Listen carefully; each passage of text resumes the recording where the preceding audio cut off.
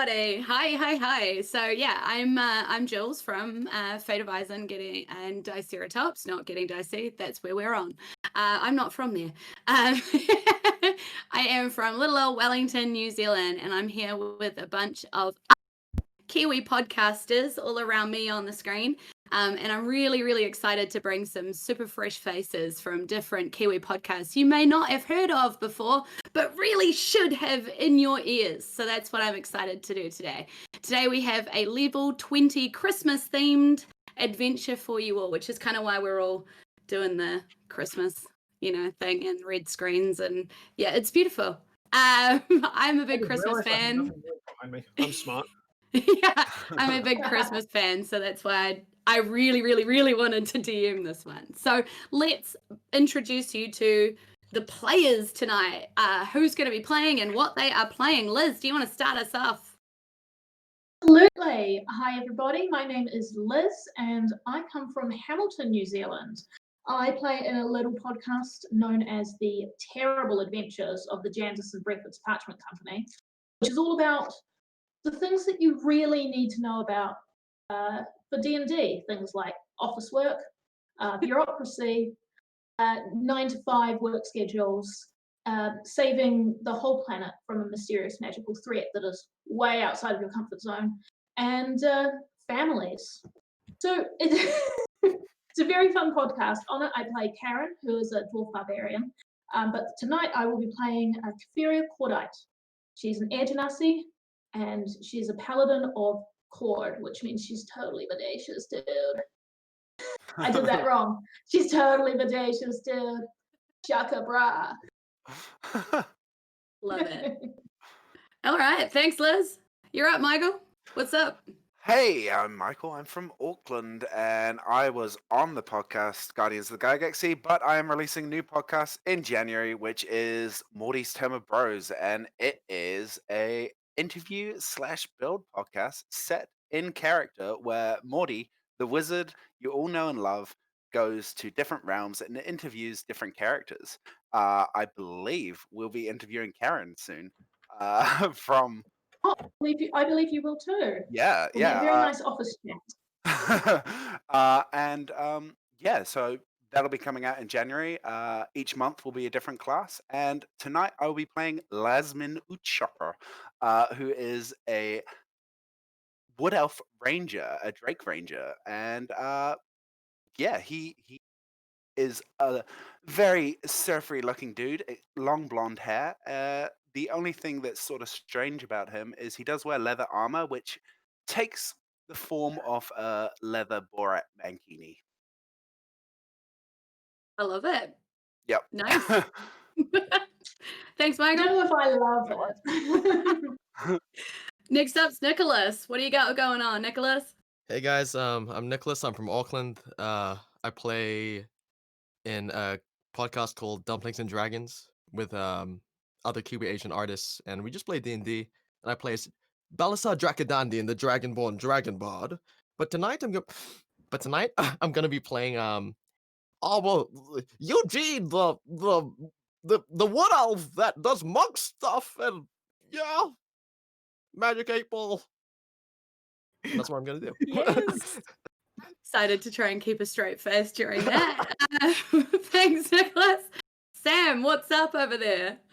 Hi, yeah, I'm Sam. I'm from Wellington as well. I'm the DM for Table Tales, so I don't really have a character. I have every other character that is still currently alive. I also do sort of art commission stuff here and there as well, and I actually did the artwork for the Jeff and Simon gigantic adventure, which was cool. And tonight I'm playing Buzzcog. He's a fighter barbarian monk, and he's a goblin.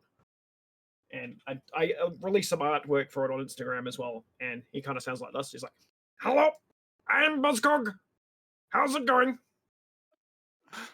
You guys are gonna kill me. All right. Thanks, Sam. And last but not least, Erin, what's up? Yo, hey guys, I'm Erin. I'm also based in Auckland, and I am one of the founding members of the pretty new actual play podcast called Don't Forget Your Towel. And what we do is we play a whole bunch of RPGs. We play a different one shot every session. So every few episodes is a different one shot. And our aim is to play every RPG under the sun or die trying. Wow. So yeah, that's right. It's a lofty goal, but I'm excited to see how that goes. Yeah. And I've got a few to send your way. Excellent. Yes, the more the merrier. Great. Yeah. Cool. And tonight I will be playing a half-elf bard named the Magnificent and Mysterious Dahlia the Dazzler, daring and dastardly. But you can call me Dahlia. Can I Hi, Dom. just? I love You it. sure we're allowed? I guess so. I mean, it's a bard. You have to be extra, right? Like Yeah. that makes sense. Exactly. Yeah, she's very extra, like magician, musician, actor, poet. Yeah. You any good at any of them? Yeah. Oh, I guess we'll. Yeah. All right. Shall we start our game? How's everybody feeling? You ready to do this? Woo! Good, feel excited. I'm so nervous. We'll throw up. Okay, so you find yourselves in a scene that looks pretty much exactly like what you can see on your screen right now. You find yourselves in a New Zealand, Kiwi, traditional beach holiday. You're on holiday. You're relaxed. This world has been saved by you multiple times. And at the moment, as you know, there's no threats. So you've gone down to the beach to party, to celebrate, to chillax. So give me something that each of your characters is doing right now down the beach. What are you up to? Cutting Well, down trees. Totally surfing those gnarly waves, brah. Lasman is like sort of, stretching back his arms out, like trying to show off his muscles. He doesn't have many muscles, but he's very lean. And just sort of making everyone uncomfortable, sort of hovering above them with his mankini, sort of like squeaking as he moves because it's leather. Yep. Whoa. Decide. Dog is running up and down the beach, like taking driftwood and sort of building like a race course and telling his little animal familiar, which is a pukeko, to run the course, and he's timing it and then changing the course up. Cute. Nice. Dahlia is sitting under a tree, and there is a small crowd of people gathered as she strums her lute. And she's like, she's making up a song as she goes along. So every few seconds, she like takes a pause to write something down and then keeps going. Nice. Cute. Oh, I'm just waiting. Yeah, what's Eugene up to? Oh, hi, Eugene. I made like a mermaid sand sculpture, and then I slipped into it, so now I have the bodice of a goddess.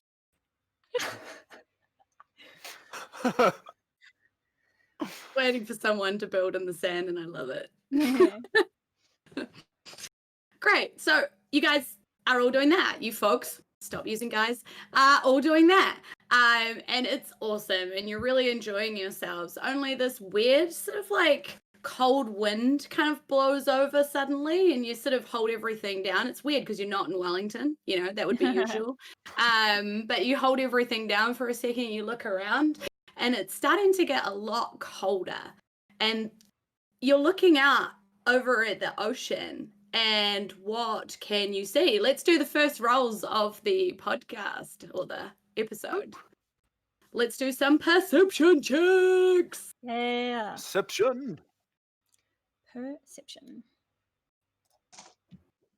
Now, I don't think that I is a Sean. lofty 12. Oh, Nice. Dirty 20. Nice. that's a 24 for me. Holy. You can see a lot. Yeah.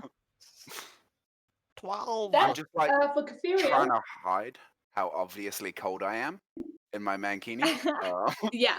And it is starting to feel a little frosty. Like, definitely weird for the beach. The sun's still high in the sky. And Dahlia looking out over the ocean, and even Buzz to a certain point, you can kind of see that there seems to be something skating across the water in a way that seems to be stopping waves.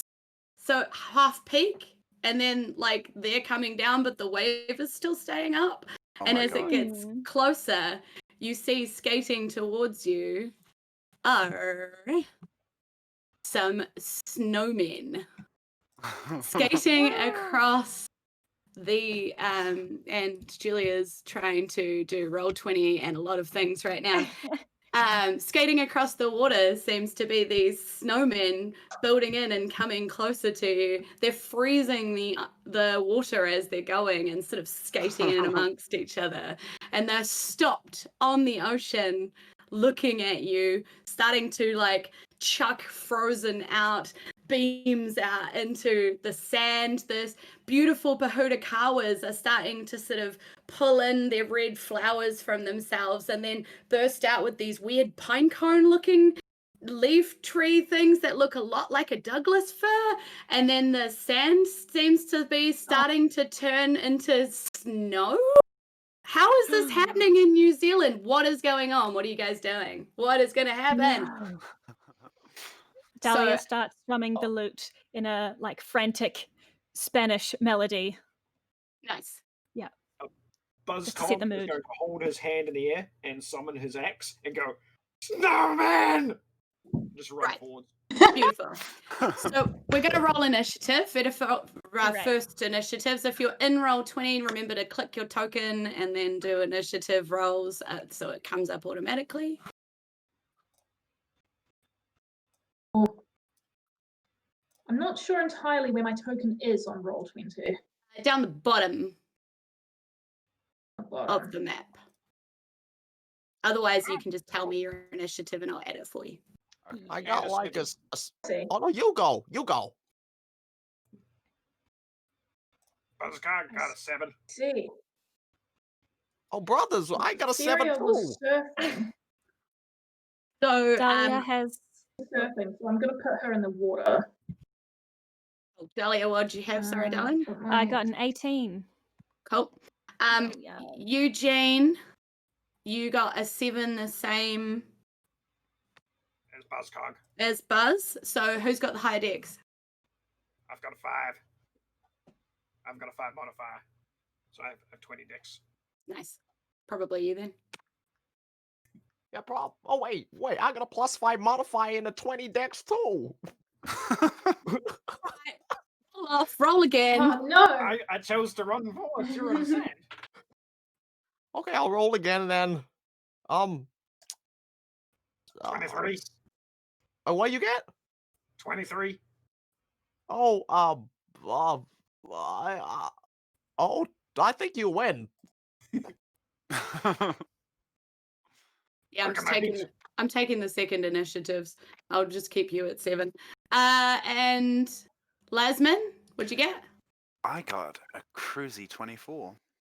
Beautiful. Ooh.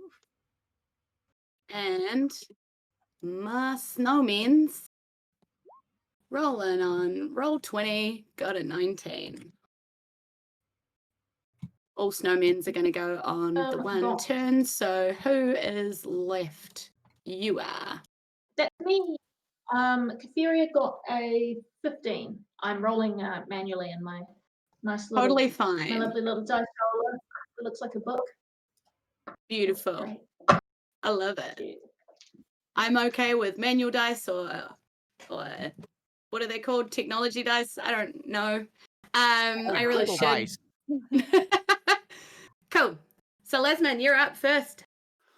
Okay, so Lasmin, feeling very in tune with the Pahudakawa and his Pahudakawa also receding, is going to take out his bow and look to his comrades and be like, well, this reminds me of, how in the frozen north we had, all this snow around, and the snow was such a fantastic thing, but it's not really fitting with the beach, So let's get rid of the snow.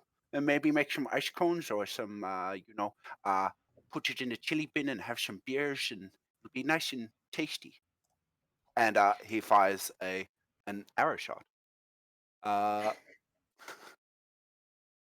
I've decided he's Dutch, by the way. Great. And arrow Fun. shot is a nat 20 plus 13. So 33 to hit. Yes. Which snowman? I'll go for the one which is closest to us. Oh, probably one? this guy. Yeah. Let's go for Yeah. that guy. Cool. All right. So, what's the damage, buddy? Oh yeah, damage. It has been a long time since I have dealt damage. Yeah, you hit. Okay. That is a total of 21 damage. Nice. Nice. And Lashman sort of like leans back, notches his bow, fires a shot, and then realized that he may have popped out a bit and quickly readjusts himself. Buzz, you're up. What you doing? I'm counting how far away I am from a snowman. 5, Would you- 10, 15, 20, 25. Would you like me to measure that for you?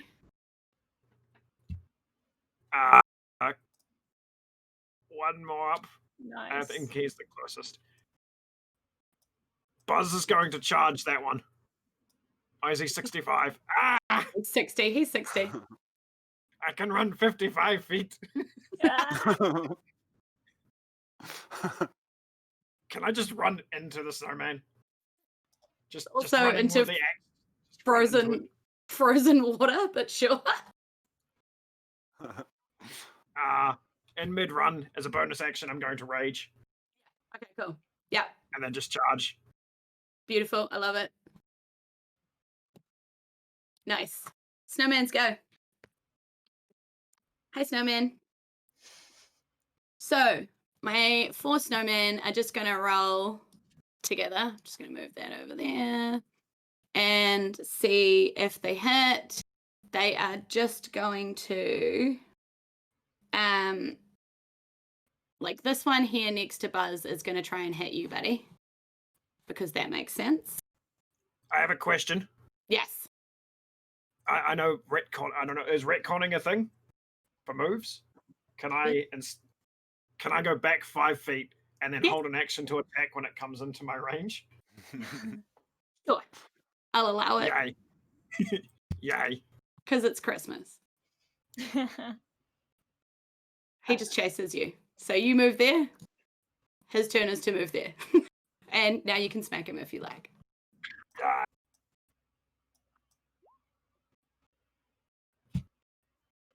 I'm trying to find my battle axe stat.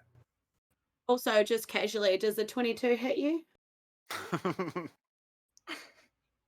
Yes.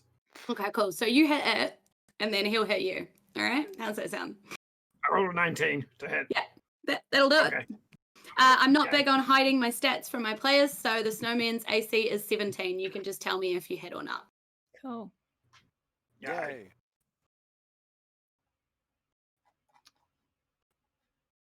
When the snowman hits our lovely little goblin friend, can I ask it to make a wisdom saving throw, please? DC 19. He can, yes. It also it takes 10 damage.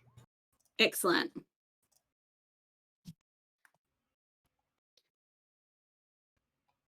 Oh, and totally ignore this snowman over here. He doesn't exist. He rolled a 12. Yes, a 12. All right, that's a fail. Please continue rolling cool. your damage. Excellent. Okay. Well, he doesn't really roll. So he does 15 piercing damage to you as his carrot nose pierces you as he sort of dives in and just sort of smacks you with his nose. I'll take half of that Fantastic. because I'm raging. Nice. I like it. The And also- snowman. Yep, go. And also, as the carrot nose slams into him, a burst of radiant light comes out of Buzz, Buzzcock! and Buzz Cog, yes.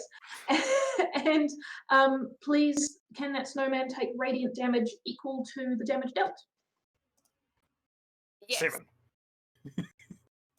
he can. No, Well, I okay. mean, yeah, because he is it a Yeah, damage equal dealt to the as damage. in dealt, not Yeah, felt. equal to the damage dealt. Yeah, Yeah, dealt, dealt, not not felt. Yeah, So 18. yeah. 17.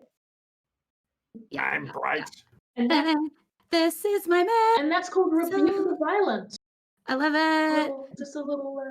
I just love paladin. this one snowman's just getting pelted on. This poor guy. But that's okay because he's got a friend. I'm Just so feel sorry for him. see over here. He's gonna attack Buzz too. He rolls on. I'm popular. Does a 26 hit you? Maybe.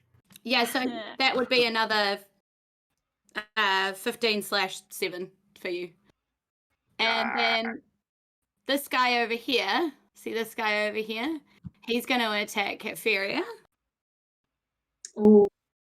And he is going to roll, and he gets 18. Does an 18 hit you? An 18 does not hit me. My AC is 19. Nice. So he does not hit. Your turn. Who's up next? Dahlia. Yes, it is me. Okay. Dahlia will cast an evil look at the snowman, giving her best, like, glaring face, and say, "Not on my watch!" And she casts Guiding Bolt at this guy, the one that's not in the pair. Yes. This guy. Yes.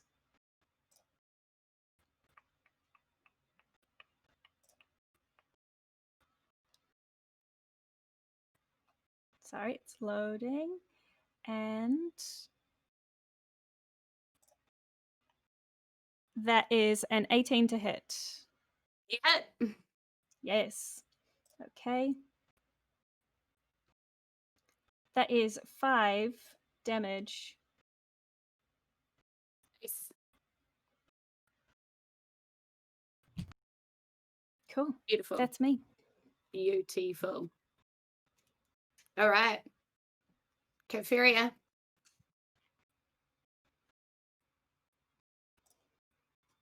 You're up. Feria reaches for her longsword and she doesn't have her longsword. She reaches for her shield and she doesn't have her shield. She's left it on the shore. She's surfing. She's on a surfboard. All she can use is her spells. Oh no. So fortunately, she is a sorcerer as well, a paladin. So she's going to use what am I going to do? How close is that guy from me?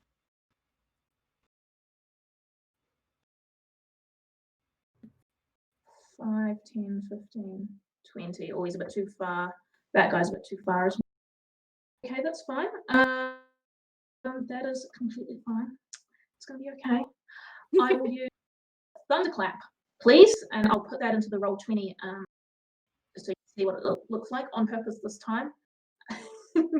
So that is my one action. It's a cantrip. It's called Thunderclap.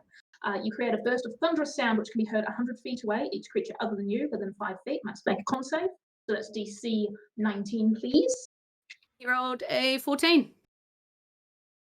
Oh, so that's 1d6 thunder damage, which doesn't seem like a lot, but you know, we're just getting started. Mm-hmm. That's a 4 to thunder damage. And then I'm going to quicken the spell. Quicken the spell Chromatic Orb. And I will put that in the group chat as well. Mm-hmm.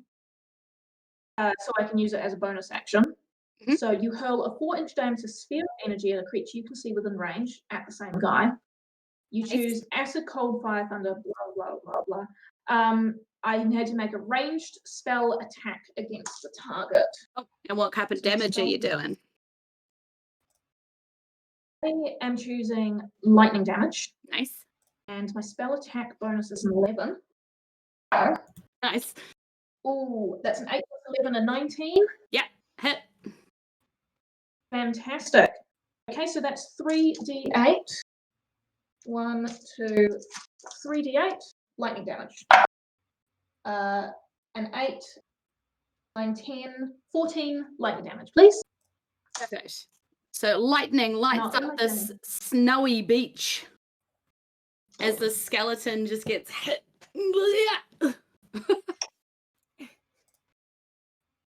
Excellent. Bye, man. And anything else to end turn, movement, or anything? Eugene, you're up. No, I think I'm happy where I am for now. Actually, Alright, well, you know what? can- I can fly 10. I can fly 10 feet without provoking. Nope,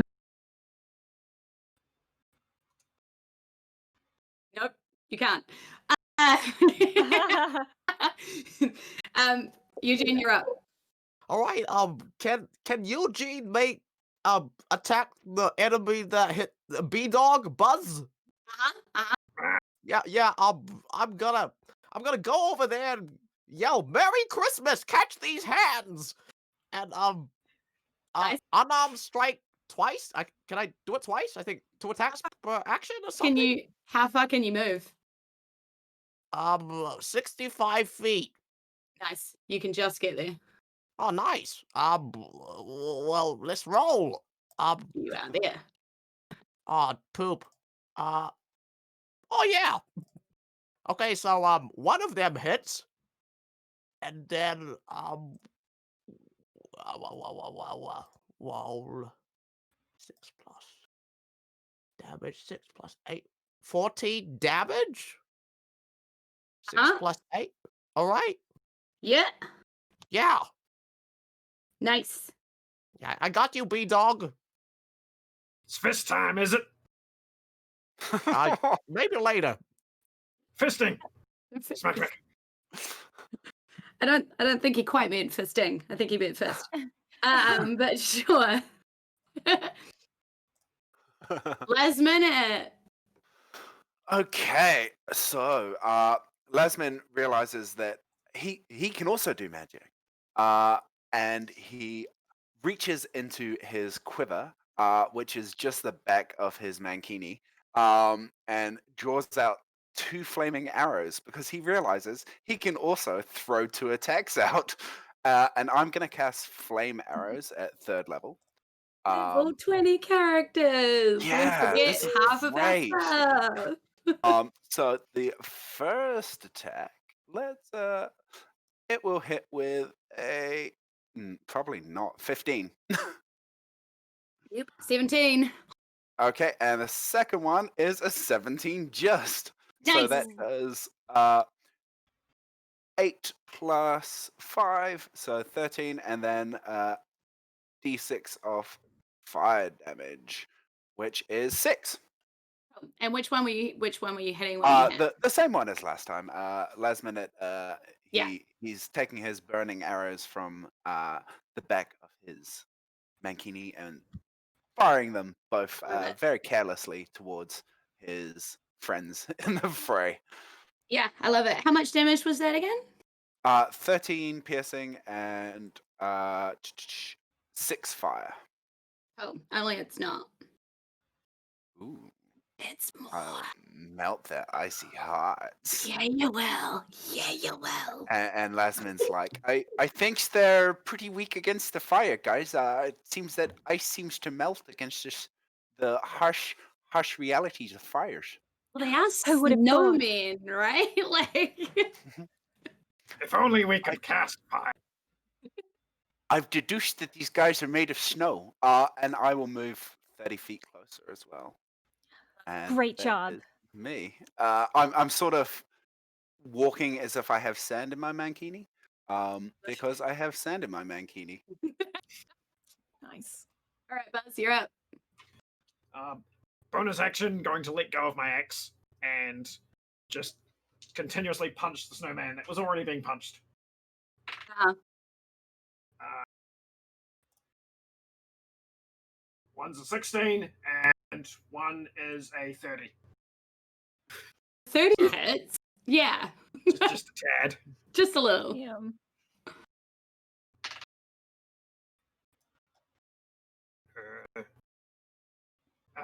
7 damage, and then I'm going to use a key point to do a flurry of blows. And only hit once. That does. Put that dice in jail. And it's gone. It fell off the table. Self-jail. 14 damage. Nice. As I Whoa. attempt Punch, to punch, build punch. lots of snow everywhere. Can I carve a face into it while I'm punching it? Is it a flurry of snow? Oh. A slurry.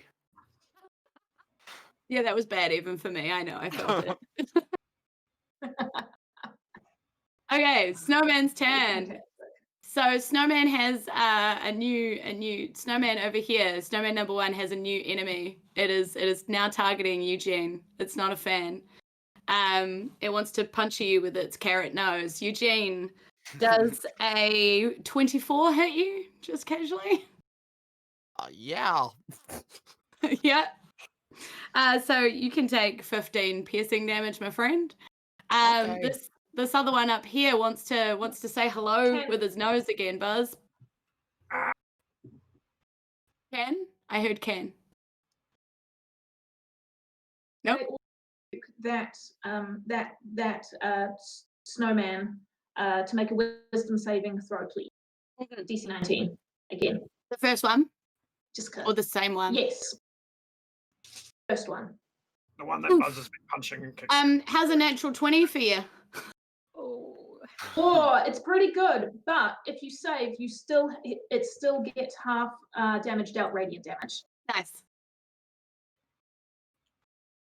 Excelente. So he Sorry, takes enjoy more shiny from me. he takes that. Excellent. And then the snowman that tried to hit you only rolled like a 5 plus 7. What's that? It's my math song. It's 12. You can tell I'm really good at math. So snowman number 3 is still over here with Kafiria and it's going to try and hit you with its nose. Rolls a 19 plus 7, so 26, my friend. That is a 15 Ooh, piercing with that's its carrot a hit nose. this time. Yeah. There's a hit this time. Yeah. Yeah. That's okay. That is okay. Dahlia, you're up, buddy. Now. Your friends are Alright. being pierced through with carrots. Yeah. Okay. Oh, So, having thought having carrot were discovered good for your this, isn't carrot supposed to be good for you? I don't know. Oh, these Anyway, carrots are I don't think totally you're supposed to- bogus, dude. I think you're supposed to put the carrot in the eye. I think that's the difference. Yeah. yeah, that's it. That's the one. Yeah. So having discovered this genius plan that flames could destroy the snow, I will. I'll just target that same dude, and I will cast Immolation. So can he please make a dexterity saving throw, DC 19? And he rolled a 15 plus 0. So Yes. Excellent. turns out snowmen aren't very dexterous. Who knew? Great. That is 30 damage, please. Hey, Dahlia, how do you kill this snowman? How? Yeah, you tell me. Oh, I just did it, so. So does he just melt into a pile of puddle or like? Yeah, no. So, the flames, like he just spontaneously catches fire. The flames wreathe around him, and as he bursts into a pile of ash, a bright light shines out of him like a big Christmas ornament. Nice, beautiful, and I love it. Cha-ching.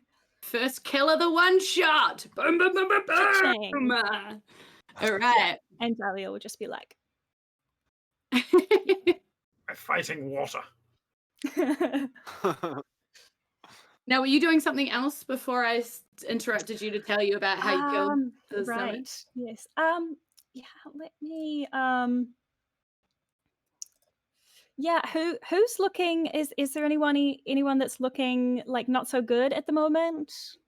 I mean, I'm in a mankini, so there's that. I potentially have a piece of I'm not carrot sure popping if out at that's me, but I looking look good okay. or not looking good, but Sand and leather Yeah. do not mix. Depends how the buns are coming out the side, you know? Might be quite cute, actually. Yeah.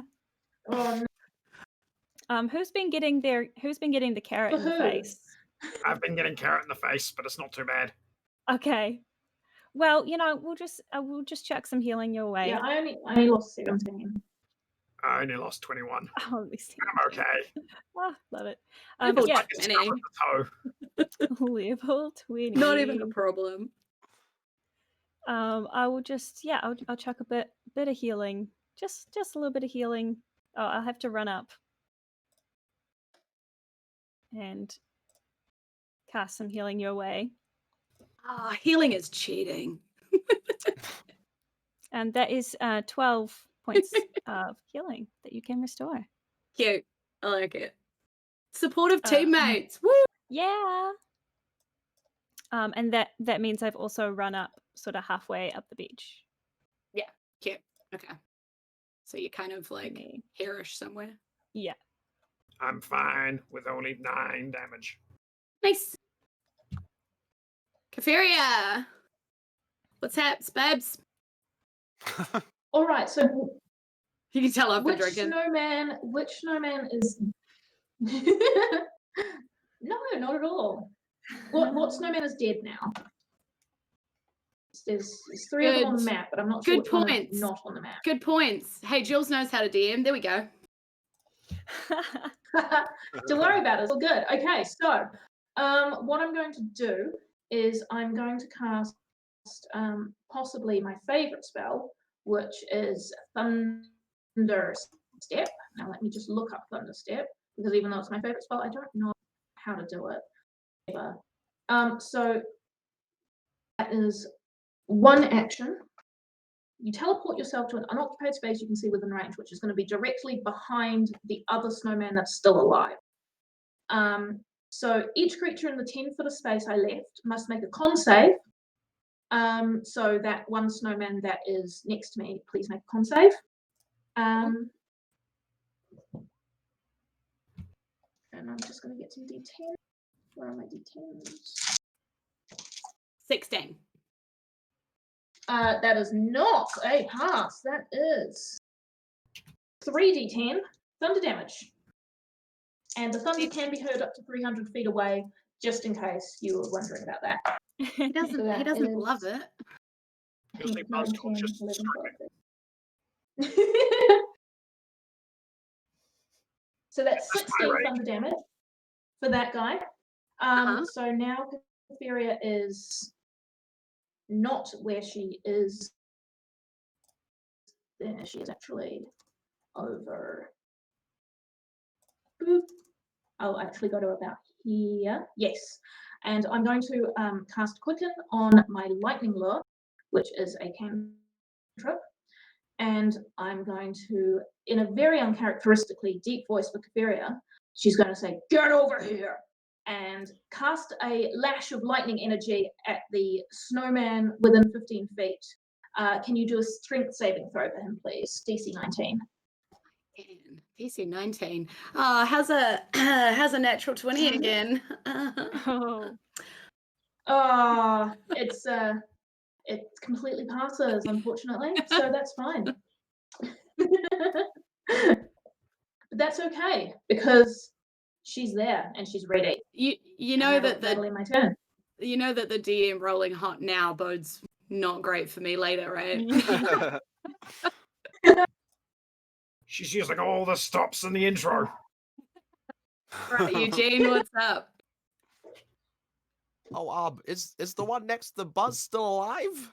Yeah, he's still alive. Okay, well, I turn to the snowman. I say, I heard you're bad against fire, so you're gonna melt under the fire that burns within my heart.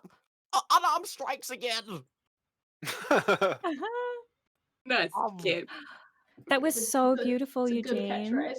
I'm gonna write that down. It's like Christopher Walken in an anime. I love it. 14. It's Oh, gonna be like vicious mockery or something. so, geez, Adam Strife, 48, 14. So I rolled a 14 and an 8, and my plus is 11 to hit. 14, 8. Yeah. So Is that that's enough? yeah. That's both. Both? Oh, sweet. Yeah. All right. 2, 1. Oh man. So unarmed strike +5. So I got a 2 and a 1, and the damage is +5 for both. Okay, cool. So Cool, so- 7 plus 6. Yes, Yeah. I can do math. Passion. We all can. That's why we're here.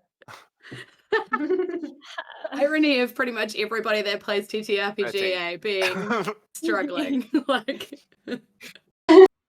yeah. The And- struggle is real. The struggle is real. It's actually so bad that I don't DM taking off numbers anymore. I just write the number that I'm trying to get to and then Yep. just add it because that's easier. Nice. Cool. All right. Thanks, Eugene. Lesman, you're up. Lasman, he notches another 2 arrows and says, well, it seems like we're trying to say dramatic things before we try and hit these guys. It seems to be improving our odds. And I'll fire the first arrow and go, dun, dun. And then fire the second one and go, dun. And they Nice both- build up. I know, Classic. I know, it's so good. And the first one is a 28 to hit, and the second one is a 20. Dirty 20. Nice. Well done. 2 hits. So total piercing damage is 18, and then there are 2 lots of fiery damages. And And they both that go into the comes- same thing. Oh yeah, definitely. And Cool. that is 5 fiery damage. So 18 piercy, 5 Uh-huh. fiery. It's and, not, but yes. And I say, hopefully that infuses with your passion to freeze their frozen hearts. And I again sort of stretch to let some sand out of the mankini, which is actually how the fire started on these arrows. Oh god. Friction in the mankini. Friction? Oh yeah, yeah. That's why I had to move forward. All right, so 28, Build yes. up friction. It's a thing, and then it's a thing, and then that's a thing, and then and then hey, Carry the one. yeah, carry the one. Hey, Lasman, Yes, yeah, would you like to kill a snowman? I would love to kill a snowman. Well, please, so- please kill it. So both arrows sort of hit it in its coal-like eyes, and they sort of start a fire that melts it down from the top to the bottom, slowly roasting the carrot. Nice, roasted carrot, Yes. just sort of sitting on the Delicious ice. treat. And he goes, "That's for you. That's for you, my friend, my close personal friend." And again moves to let more sand out. All right, Buzz, you're up, but the 2 snowmen that are around you have Like melted. Because it was fire that killed the last one, is it possibly got any bit of it that's still on fire? I mean, the carrot's still probably kind of roasty. Cool. Can I grab the carrot and then run and then just stab it into its mate? Sure, I'll allow it. Ah, You're gonna get on top of him, all right? yep, no, I'm going to be on top of him now. It was a mistake, but I'm moving too fast to know what's going on, so it's going to happen. Stabbing it right through the top of his head. I like it. I got a 22 and a crit. Nice. With Double baseline. damage. Brr, brr, brr, brr, brr. He's bringing a new meaning to chestnuts roasting on an open fire. Christmas. I love it. So have we Snowman. defeated the snowman? No, he's just on top of the snowman at the Oh, moment. okay. He's just 34 telling me how damage. much damage he's done to it. Gotcha. Cool. 34 as I start pummeling the snowman with his friend's carrot nose. He doesn't look great. He looks even more disturbed that you are pummeling him with the dead remains of his friend. Ah. As I'm doing this, I'm just going, something witty! Something witty. It is That's his not how you go. do it. Okay, never And mind. he's like, I'm pretty and gay, and he tries to sing himself a little cherry tune as he attacks you, but he rolls a 7 plus 7 is a 14. I don't think that's going to hit you, my friend. So, I'm too busy stabbing him with a carrot. yeah, he feels a bit sad about that. Dahlia, you're up. It's me. Okay. The other snowman is currently underneath Buzz. Oh, got it. That's why I can't Is see the it. snowman considered like a large creature? Because it would make sense for a goblin to be sitting on the snowman. But to be honest, goblins could probably sit on whatever they wanted. So, another goblin. Let's see. Okay, I'm gonna try to do anything that would avoid hitting Buzz. So I'm just gonna use some good old vicious mockery.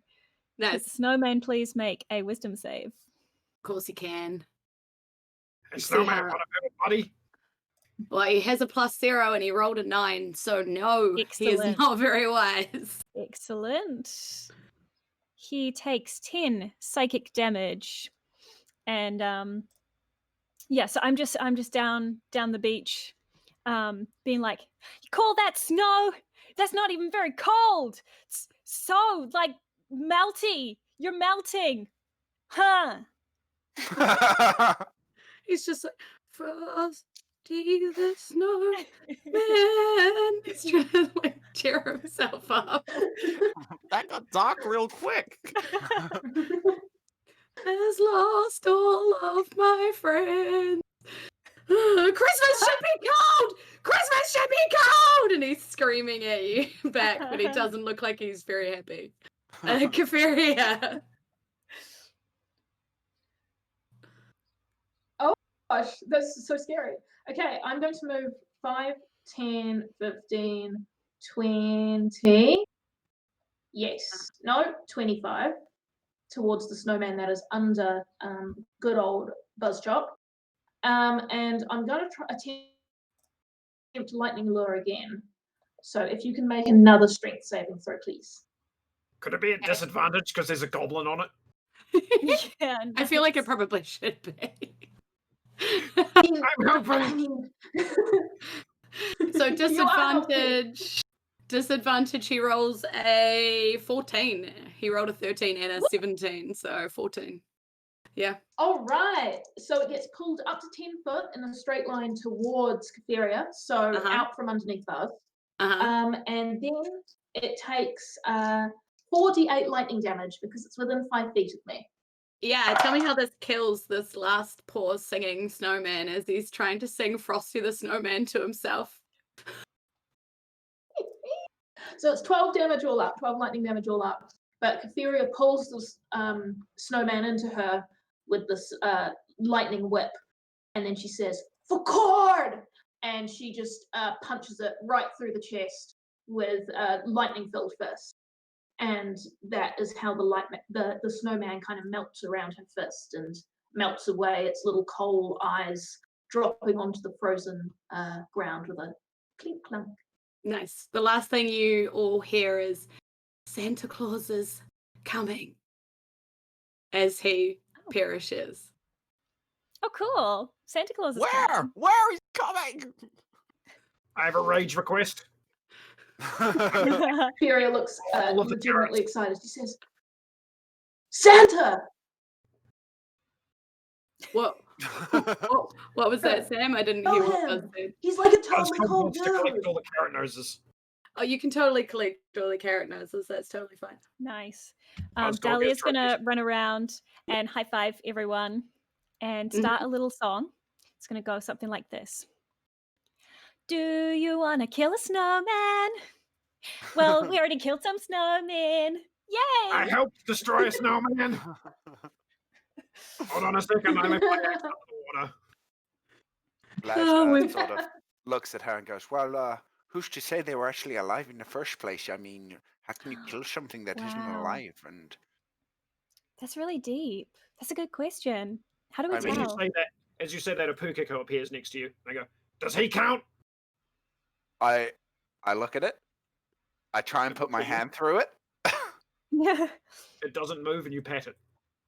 I mean, yeah, she seems to be a very live thing. At that point, I whistle, and I'm going to use my class feature, which is to summon a drake, which is a giant lizardy type dragon thing with the head of Drake, the singer.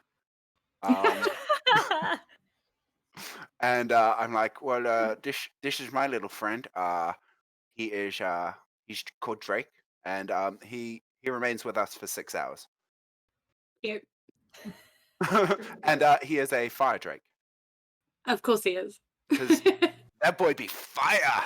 And And speaking of fire, just to add to what's happening here, you guys are still standing on a frozen ocean. That is still Oh. weird. Kafiria hops off the ocean and goes and picks up her sword and shield, which she left on the beach when she was surfing. Yeah. And she says, I totally agree with your method of touching something to see if it's real, because you touched the Pukeko and it's real, and I put my fist right through that snowman, so I don't think it's real. right, and I mean, my arrow should It's just not. made it disappear. So who's to say a snowman is real? That's Was true, it a fever dude. dream? It wasn't even like a skeleton. I mean, we can get conclusive proof Skellington. that Santa Claus is a real thing when we, put our fish through him, and he stays. Oh, who's putting their fists through Santa? Everybody knows he's not real. And this figure approaches you. It's a very jolly looking man in a red Hawaiian shirt, open all the way. You know, he's got like white kind of fur all over his chest and stuff. And he's just wearing this Hawaiian shirt and some Hawaiian shorts and some jandals. And he's walking towards you, just clicking a pair of barbecue tongs together. And he's like, I saw that. That was impressive. What you did there. Thanks, Santa. I'm not Santa. Oh, Somebody test Yeah, him no, with you a fist. are. Someone put their hand through him now. yes, dude. I No, walk don't up to worry. the figure, and I say, "If you're not Santa, then will you let me sit on your lap?" Oh, of course, if you want to. he just clicks his fingers and a deck chair appears behind him and he sits down on it and he's just like, come sit, son, tell me about this. What is this? What happened here? Did you do this? Naughty boy. I mean, we did this. I feel. Can I roll insight? Trying to gain, sort of like Absolutely, you can. It only seems the smart thing to do. feeling if he's Santa from sitting on his lap. I think that's the only way I'll Interesting. be able to tell if he's Santa. It's like- That is a total of 12. Whoop. Okay. You're So really 12, you're not. Santa. Yeah, you're not really sure if it is Santa or not, but you do get good vibes from this dude, whoever he is. Guys, He this feels, might not be Santa, but yeah, he's got a good lap. yeah, he feels Oh, chill. guys, I've totally seen this guy before. Didn't we meet at like when was it? It was a VIP area somewhere. Oh, probably. I always have invitations to those things. Yeah, because you're Santa, right?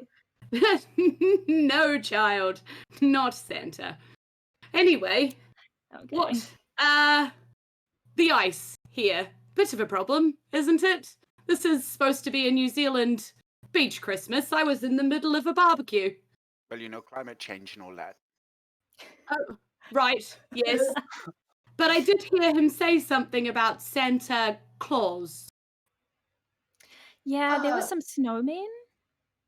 Yes. Yeah, one Not of so them. great One at of them building. said Santa Claus is coming to town, but then he didn't exist anymore. So I don't know if that still exists, because I punched him and then he vanished. We entered a bit of an existential crisis. Yeah, we've that been did happen. discussing, like, philosophically whether the snowmen were alive or not. What's your take? Well, I mean, I feel like, whether something exists or not, we can still believe in the spirit of it, can't we? Gosh, it sounds like Mm, something Santa would say. it does. Sound like something Santa would say.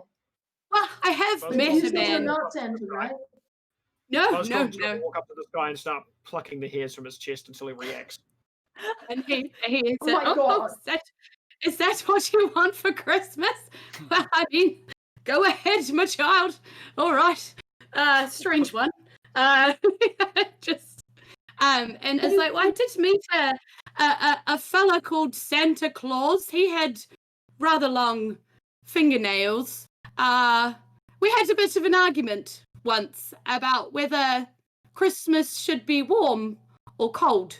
He felt very strongly that Christmas is only right when it's in the snow and hot chocolates are being drunk. And I felt very strongly that the beach is where Christmas should be spent. Radical. But hot chocolate should still be drunk. Yes, I mean, you can drink hot chocolate anytime. absolutely. Exactly. But he You did can't I'm say, lactose intolerant. I'll have almond or soy milk, please.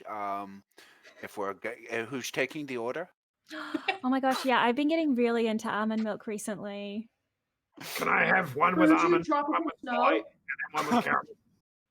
well, I I want all mean, three. I can supply hot chocolates, I suppose. Yeah, thanks, And that'd be great. he clicks his fingers again, and this giant kiwi walks up next to where he's sitting on the deck chair, still with Lasman on his lap. And it's carrying this giant sack on its back, and Santa just sort of leans in and grabs something out and just starts handing out like mugs, and it's exactly what you guys were, and handed one to everybody, by the way, regardless of whether they said anything or not, but it was exactly what you were thinking about. Like, Nice. and then he just goes, "Thank you, Dasher," and off it goes. Like, and he's like, "Anyway, I saw what you did to those snowmen.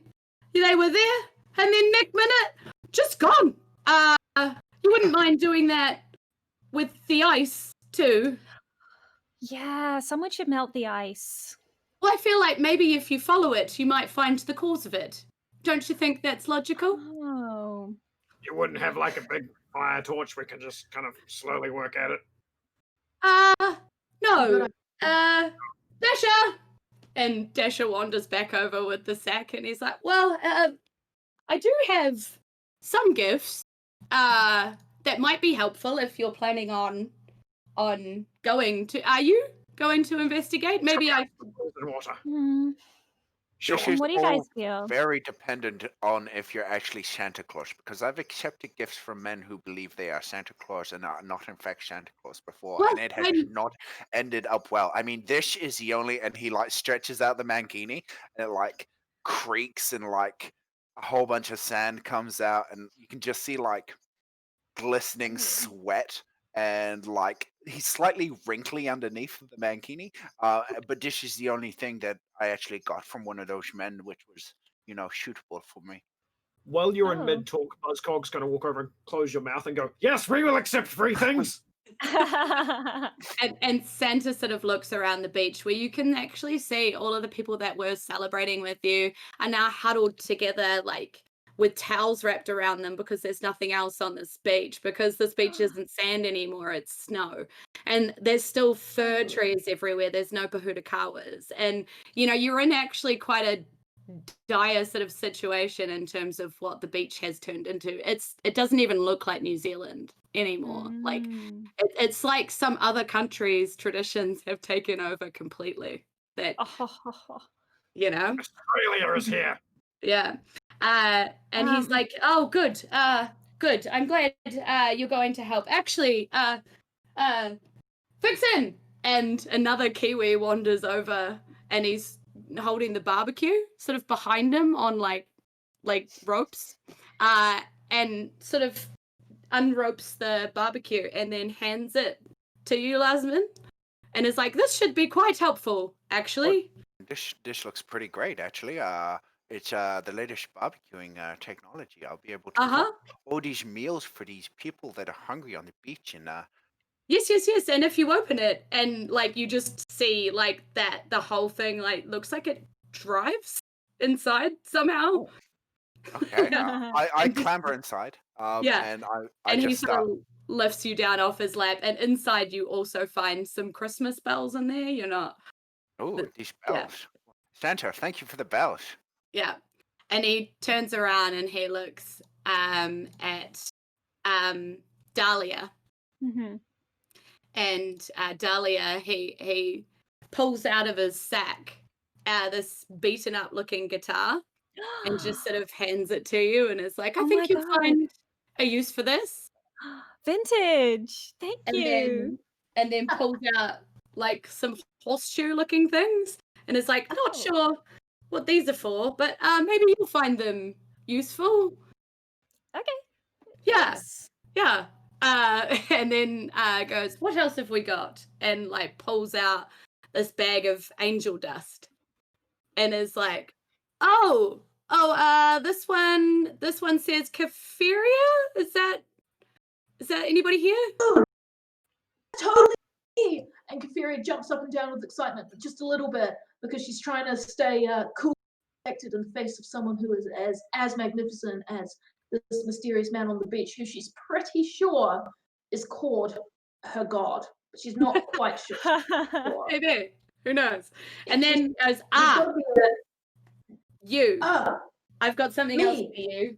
And then pulls Ah, out and it just sort of keeps like it's this big thick one and he's like pulling it out and you can see it's some kind of like polystyrene sort of board shaped in sort of a large U sort of scenario and hands it to you. It's got like a cord off it. Looks like it goes around your wrist.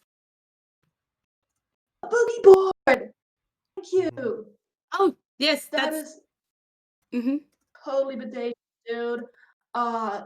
This gift is totally tubular. Thank you, my lord, or however you want to be called. Not Santa, anti-Santa, or Santa, something like that, my dude. Thank you. Who else wants to get on these free gifts? And This is cool. he reaches into the sack again and he pulls out a singlet and stubbies and he's like, oh, not quite sure who this one's for. And he sort of holds it out to the audience, to the audience, to the people that have gathered around him and it's like, Eugene? Is it? yeah. Yep, that's mine. Sun's out, guns out. Right. Yes, perfect. Should be quite protective, I feel. Singlet and stubbies, the only thing to wear in New Zealand, does seem right. Something else black to go with that, perhaps. And he digs in again and he comes out and he's like, it's a ball. Looks like the prognosis is good for you. So, you ask it some questions, I guess. Magic 8 Ball. It's like the gift that you get for people who don't know what they want. I thought that was a I gift shake it. card. I shake it. What does it say? Ask again later. Okay. And then I'm much he's good at dig- fortune telling. he's digging around again and he pulls out a pair of jandals and he's like, someone with no shoes, perhaps? Is that Postal you? looks down at his feet and just goes, yeah, I kind of lost mine somewhere. Good for slipping or not slipping. I forget which way around I put it. They'll be good. And then, oh, wait, one more is calling my name and pulls out this little tiny Christmas tree with like a little tiny hut in it and just sort of hands it to you and is like, this will be useful, maybe? I don't know. He takes it, just kind of stares at it and goes, hello? Is anybody in there? For our audience, those are all magic items which I have just sent to the players, and so they now know what those magic items do, and I guess it'll be a surprise to see if they use them. So fun. And he says, all right, off you go now. Go on, be the heroes we know you to be. And he puts his finger by his nose gives it a little tweak, and him and his kiwis and his deck chair just disappear. Oh, he wasn't real. Oh, we forgot to put our hands inside of him. But I was. Guys, Do I still have the hair that I picked off him? Lasman was literally sitting on his lap.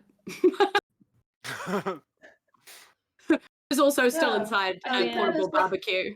That is like, you know, Yeah, It how was did both- his lap just feel? both Was talk- it solid? I think he was real. Well, I mean, our friend Buzz, he was also on top of the snowman, so that's inconclusive. We need to know if we can put our hands through him. Yeah, right. Nice.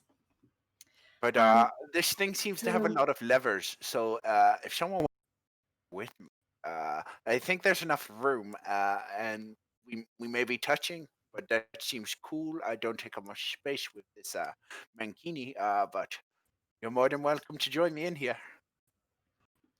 Does have room for Barbecue? 2 small, I think.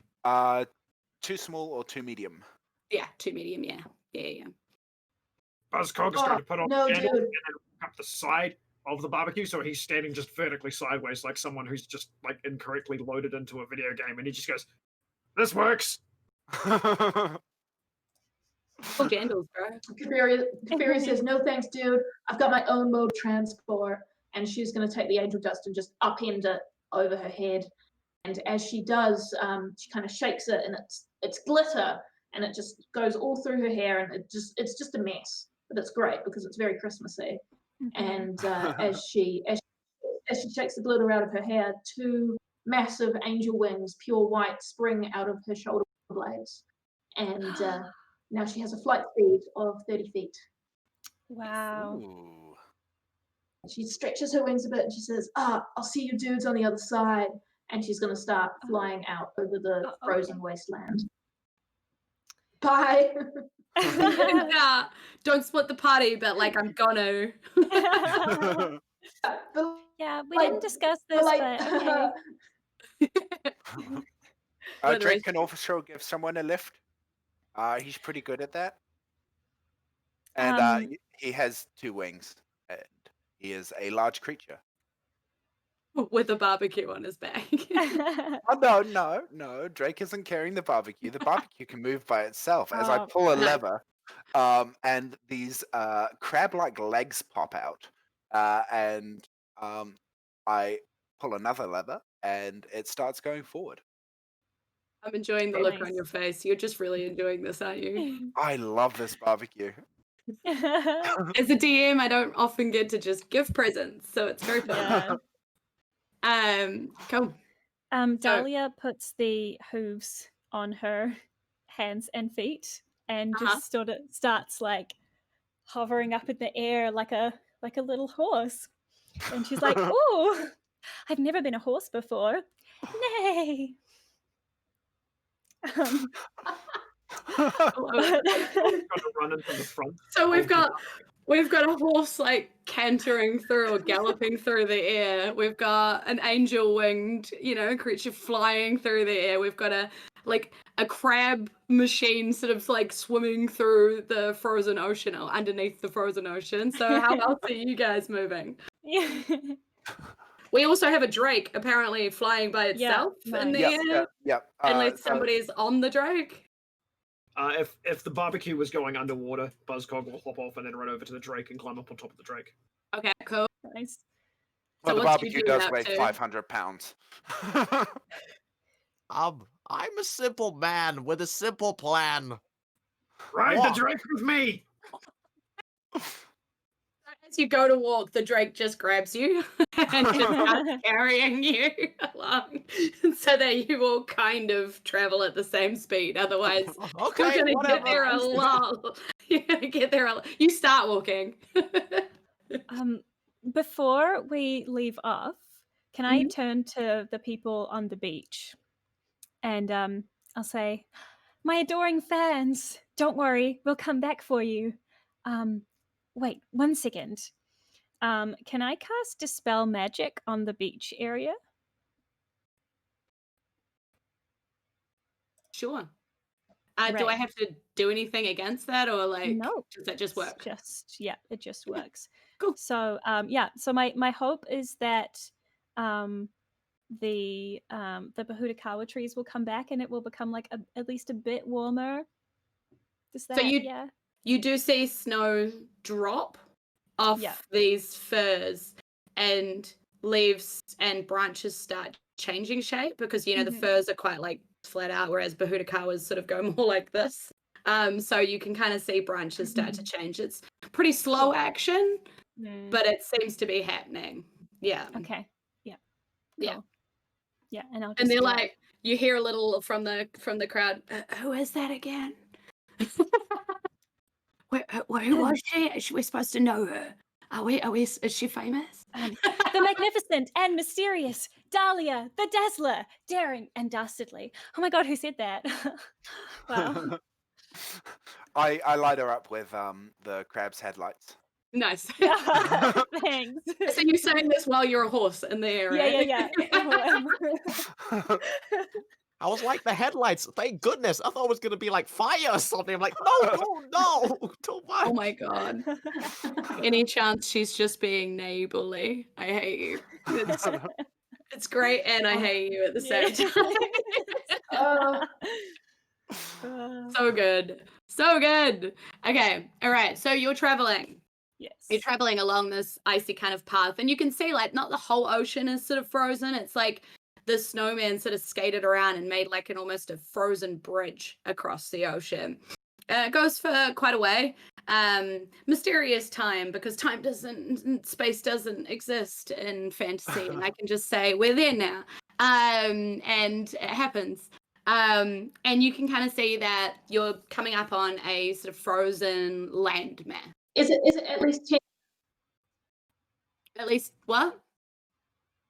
Was the journey at least 10 minutes? Was the journey at least 10 minutes? Oh yeah, definitely.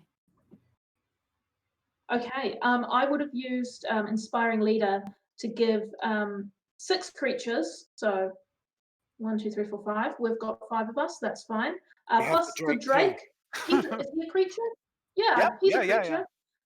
Yeah. 40 temporary HP for all of you. Nice. And she did it, Kafiria did it by talking very excitedly about Cord, who is the god of strength and fitness, and he likes it when you do lots of push-ups and you get really pumped and it's really gnarly. And she just talks very excitedly about that for 10 minutes. And you will feel very refreshed, excited, and ready to fight at the end of it. Nice. Nice. So you come up on this frozen kind of land area, sort of a little island, but you can see that again it looks sort of like the space that you left, like fir trees covered in snow and snow banks, and there is actually, you can see up sort of a winding path up the top of a cliff. There's a big old stone looking keep castle-y sort of thing up there. Where you're coming up to does look like a fairly well walked path. So you sort of heading towards that. Any things you want to do before or anything you want to look at, ask Kafiria about? will land on Yeah. Cool. Good. Just allowing you guys time to check in. Kafiria will land at the Yeah, cool. So start you of the all path and draw longsword and a shield. Get Cool. ready. Yeah. The portable barbecue / crab, does that pull up to the shore? Oh yeah. I don't get out of it. It has legs, so it can continue moving on land. And I sort of look out the little grates to survey the land. And I'm a natural explorer, being a ranger, in 3 particular sorts of terrains: Arctic, mountain, and coast. Which I think this is all 3. I would say so. Can I like make a? I'm familiar with surviving in these sorts of terrains, so can I try and make a survival roll to try and figure out the best path to take this crab up? Roll it up. That is a 26. Oh, yeah. So basically, out of all of this, you do pick out that while there's like this well-worn kind of path up to the keep, there's also like another little path off to the side that looks a little less worn as such, but a little more undercover. So you'd be more covered coming up to the keep. So that might be safer for you guys to approach by rather than just walking up this very exposed, path Yep, directly there. I turn the crab Nice. towards everyone, and I'm like, So, guys, it seems as though there is the path which everyone seems to take up here, which seems to be widely surveyed, or we can take this slightly less surveyed path, which seems to be a lot safer. I have familiarity with lands like this in the past, coming from a frozen beachland with lots of mountains in the northern hemisphere. I'm very familiar with this sort of land, and I think this would be the best choice of action. that was How me high up talking is the inside the crab. That was, that was amazing. Sorry, Sam, what was up? It's How a high little up? dark and sorry. You go. How high up is the Drake flying? How high up do you want to be? Something a decent height so I can get an aerial view of everything. Okay. He can fly 40 feet round, so I'll fly him up 120 feet. 18 seconds into the air. Yeah, sound good. Yep. So it's 25 perception to Mark. look around the area, see if I can get anything else useful. Cool. Okay, so you're high enough up that you can actually get a look at this cape, and you can see, that there is some sort of writing over big arch. You probably couldn't quite make out what it was, but like there is some big writing over the main arch. But the main arch does look to be heavily guarded by some kind of evil-looking elves. They look pretty hideous in their face. I don't mean to slam on elves, but they do. So, I look to my fellow elf. and around to kind of the side, a little bit of the cape. So there's this main big archway, and around to the side a little bit is like a door, sort of by itself, not under any guard. Yeah, that's what you say. So am I still 120 feet up, or do I have any control over the Drake? I would say he can understand, but he only responds to me. Like I'm essentially his manager. His Skog is going to say, down, down, you're taking too long, and just jump off. Oh no. Do you take like fall damage? It swoops down and grabs you. Or You're tries taking to. too long. Take me all the way down. I'm fine. You're taking too long. I flashlights at it, signaling it to lower it. Because it's too far for me to communicate with it. You're talking about that little door was there this whole time. I don't know what you're talking about. So yeah, so that's what you say. So what's the plan, everybody? Now that you're back together and able to. Sorry, Is there any Nicholas. dark dim spots that I can like use my cloak of shadows and be visible and stuff? I mean, like, so this area that I'm going to click on kind of all over here is this sort of off the road path over here. Right. And that is under sort of shadow, under trees. I know it doesn't look like it, but it is sort of undercover and stuff. And it sort of Right. is covered all the way over to this door over here. Yeah, that sounds good. I'll take that path. Eventually, when Buzzcog falls and hits the ground and takes no fall damage, he will follow. Nice.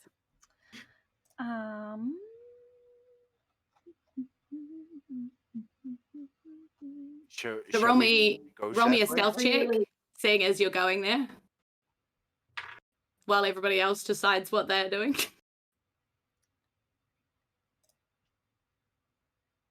Feria really wants to rush the main gates. Does Well- anybody else really want to? Yeah, I'll go. I don't think I can be stealthy in a crab-shaped barbecue. 29? 29? Yeah. 28.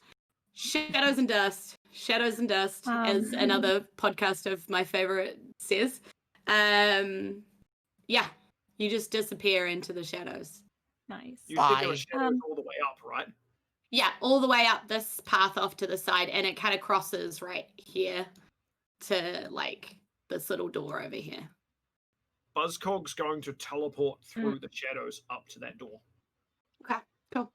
You do that. I say to the guys who are remaining, hey, I can make us all invisible if you want. Then we can all be stealthy together. You can totally still rush to Yeah, the let's gate do if it. that's what you want to do. I'm fine either way. I mean, I'm totally down for that. If we have, I run back and take the free invisibility. I will also spend some time and make us pass without a trace, Oh, nice. so we don't leave any footprints. Can't have that happening. Cute. Good thinking. Like it. Okay, well, I don't know what's going on. I will cast greater invisibility on everybody who wants it, including myself. Sure. I Absolutely. feel like I left before this was happening, so I'm gone. That's fine. I was excited at the prospect of getting to the side door. So, yep, you cast greater invisibility. Just roll me some stealth checks. And I know you're doing pass without a trace, but just to deal with that nasty hearing perception-y business, I'm gonna roll with some disadvantage just to see if anybody hears you all. Oh, I rolled a nat 1. Technically, Oh, yikes. Feria has disadvantage on stealth because of her half plate. Should I roll at disadvantage still, or should I just roll normal because of No, you invisibility? guys aren't rolling disadvantage. That's me hearing you because Oh, you're invisible. So Yeah. with your giant plate, technically you're rolling straight. Everybody else rolling stealth should be rolling with advantage, technically, because they're Okay. invisible. If you know what I mean. Yeah. So you just roll straight. I'll roll straight because I'm in a giant metal crab. That does seem right. Nice. Yes. So I rolled a 1 That plus seems 5. correct. Yeah, okay. So you are sort of going ka-clank, ka-clank, ka-clank, I ka-clank. rolled 5. Okay. So I who rolled made 5 it? plus 3, so an 8. So she's also clanking along. Oh. All right. So, well, that's a thing that's going to happen then. Okay. So what actually happens is this guy pops up in the middle of the path. Let's say that you guys are like, because I think you guys decided to go down this path, right? Did you? Or am I just moving yes. you? Yeah. No. Well, I'm moving straight down the middle. I thought with Oh, are you? old tanky paladin here. Yeah. Yeah. Sorry. Cool. So you That's guys okay. are Teleporting this down that way. And yeah, sorry, I tried to do that too. Cool. So that's what happens. And there's this little Alfie that hears noise over here. And hears not these two, but hears Lasmin. So starts sort of moving towards that direction. Hasn't actually seen you yet, but has definitely heard you.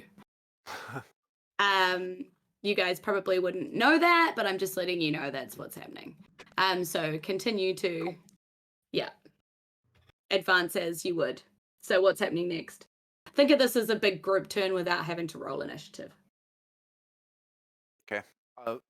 I will That's another move 30 feet. Oh, Jesus. 2 of the crab's levers, which gives me 60 feet of movement. Pass one, pass crab.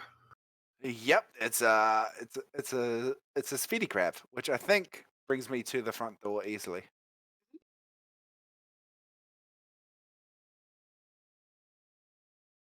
Can I use my movement plus my action to bring me to the front door? Yeah, of course. Yeah. You can use your action however you want to spend your action. Just gonna sprint next to the crab, just tonk, tonk, tonk, tonk, tonk, tonk, tonk, tonk, tonk, both of us clanking along. Essentially, And we're the siege team. Straight into whatever horde of elves is at the door that you mentioned before. So don't worry about it. It's fine. Yeah. So I want to be there. So, God, I did not plan for you to do Yay! But that's cool. Let's just clear this list. Okay. Has a plan. Drop in, whoop-pow! Smack the lip, whoop-pow! So what actually happens is I'm just going to roll for Alfie to see when this happens. Roll to 19. I'm just going to say that's going to happen before you guys get there. And it's like, close the gate! Right, because Alfie can hear something happening. Regardless of if Alfie knows what it is, can hear something. So it's like, close the gate! So they are scrambling to close the gate right now.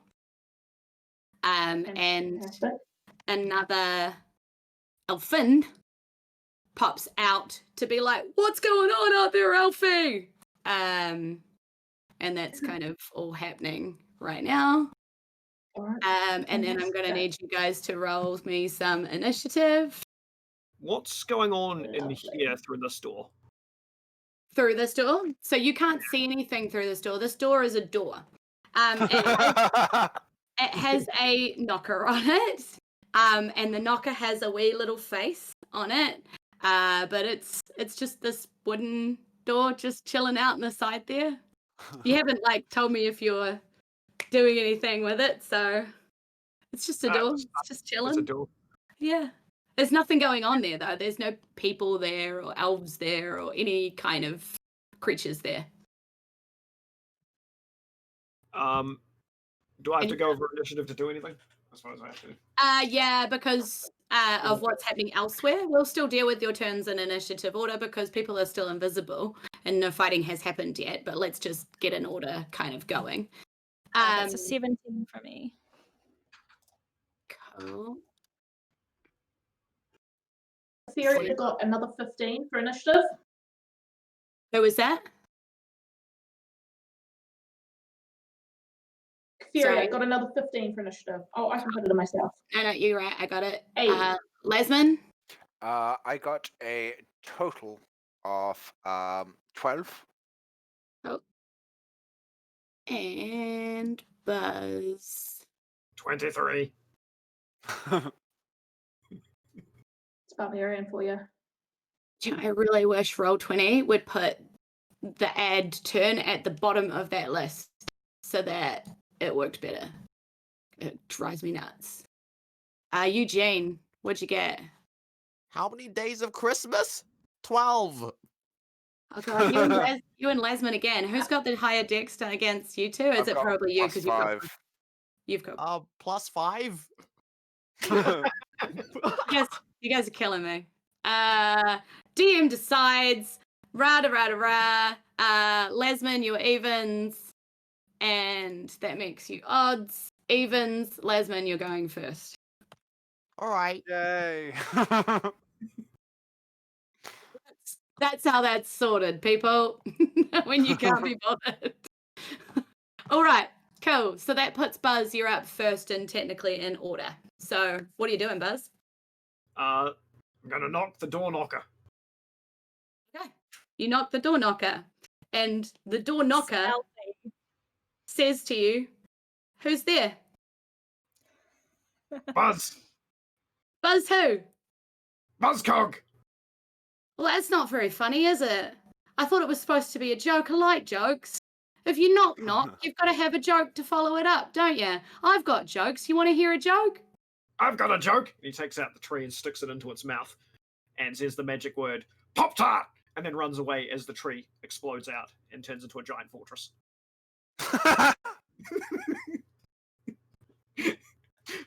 Yes.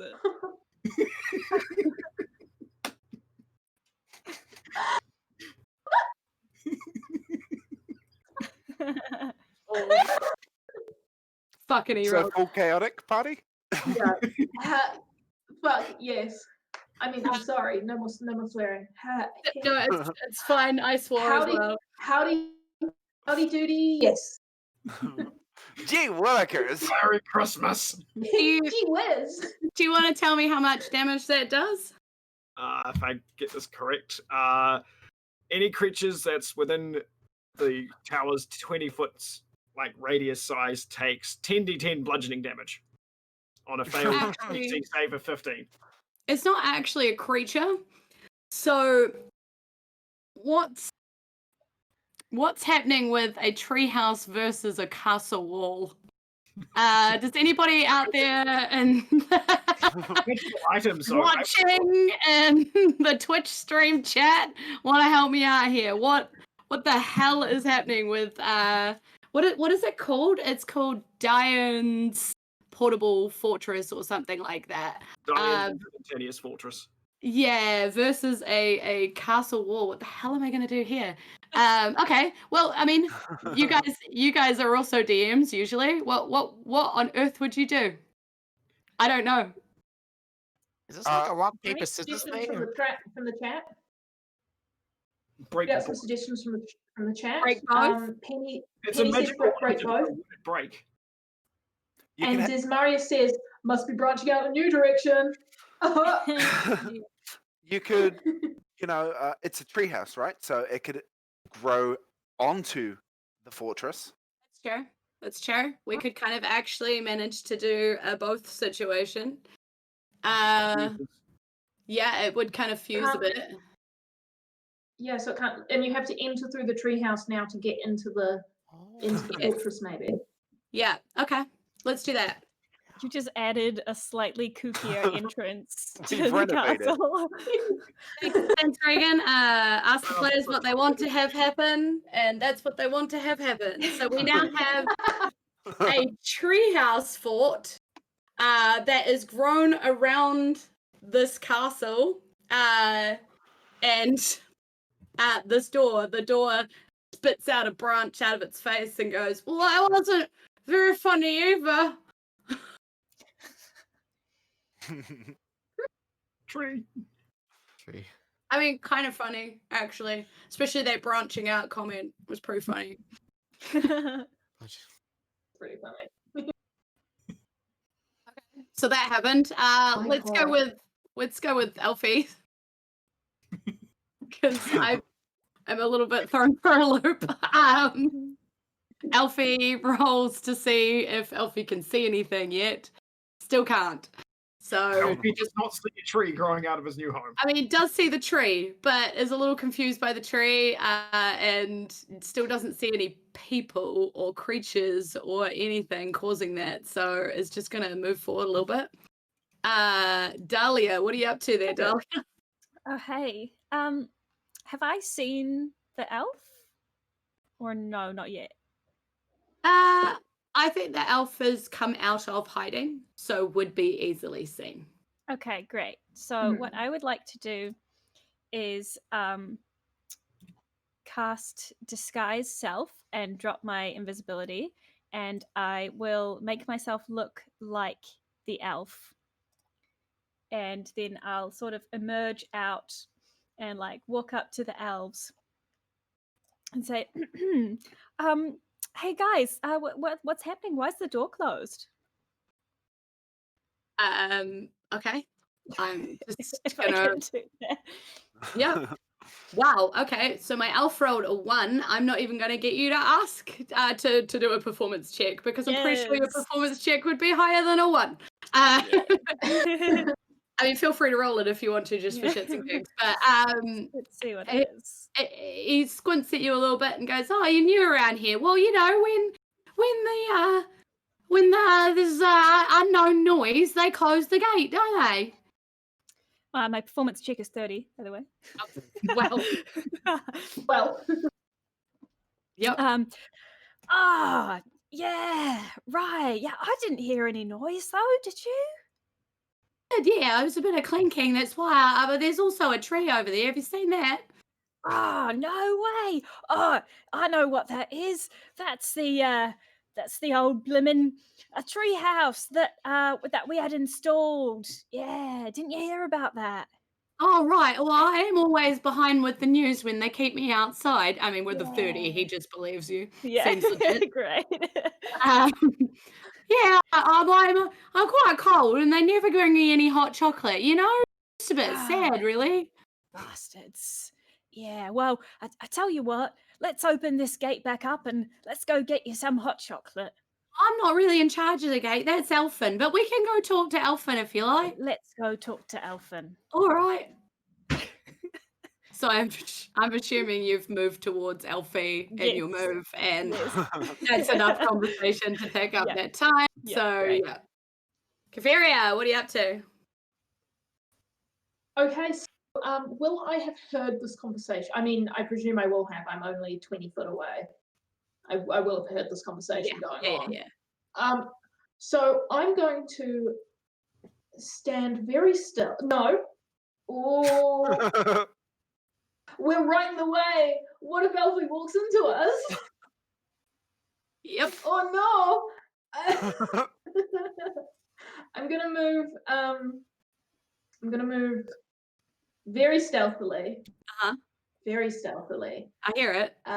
You can roll for it. 10 foot away, just to kind of get to the edge, just to kind of get away from the door a little bit. And I'll roll the stealth check. Just straight again because I'm still invisible. Yeah, I suppose. Just straight. Yeah. Oh, that is a 13. What team? 13. 13. Okay. Yeah. I mean, there's still some clanking, but it's less distinguishable. Maybe you've decided to clank into a softer part of the snow, sort of off the path a bit. She's holding onto her shoulder pads. Yeah. Trying to dampen the sound a bit. Yeah, I like it. Is that your turn, my friend? Yes, she is. She's not the brightest bulb in the box, but she does know when it's smart enough to wait for somebody to open doors for her. Yeah, that makes sense. Lesman. Okay, Lesman sees he's also in the way, and in a large crab barbecue. He is going to try and slowly toggle the lever to move out of the way, which actually takes 2 lever movements. I have to turn 90 degrees and then start moving. So yeah, I'll try and do that as well. Love it. Oh, guys. Oh wow, really? I've got news. Mm-hmm. Oh no. That is a nat 20 plus 5. Oh, I love it.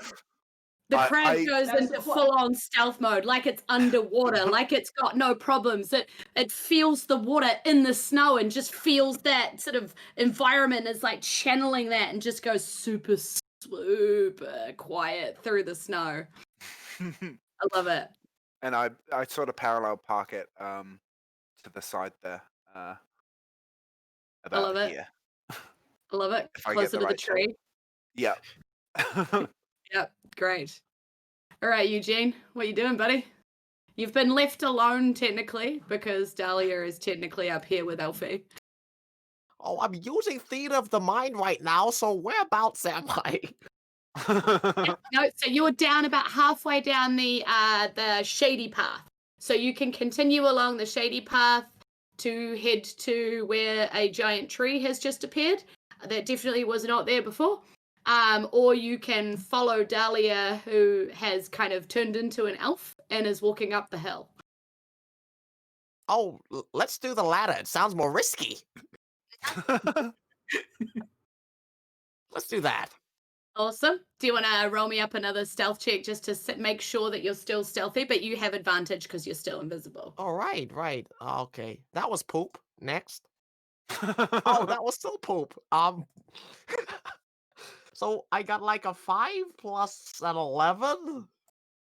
Oh, 16. Oh, that's okay. Oh, that's Yeah, you're all right. fine. Yeah, you're still quiet.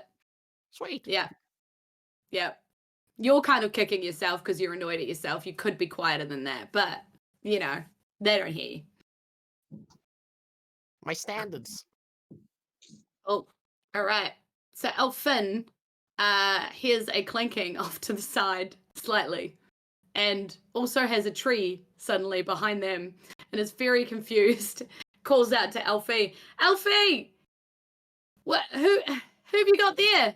And also there's a tree and noise.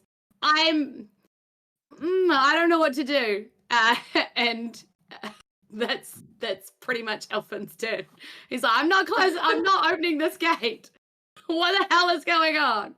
Buzz, it's your go. Is my tree now an entrance into this Oh, place? it kind of is. It's not. The door's not actually open. They've kind of merged. But the door's still sort of talking to you through like the tree. Can It's I like- see through the building at all? Well, if you climbed the tree, you could probably see out. I'm going to run up the tree. Cool. You want to make me what's that one? Athletics? No, because my shoes let me run on any surface. Oh I'm yeah, spider climb. I remember. I gave you that present. The jangles of The jandals of sticking. Like they walked into an L&P soaked lino floor and then just got sticky. So yeah, you run up the side of this tree and you can kind of see into the courtyard.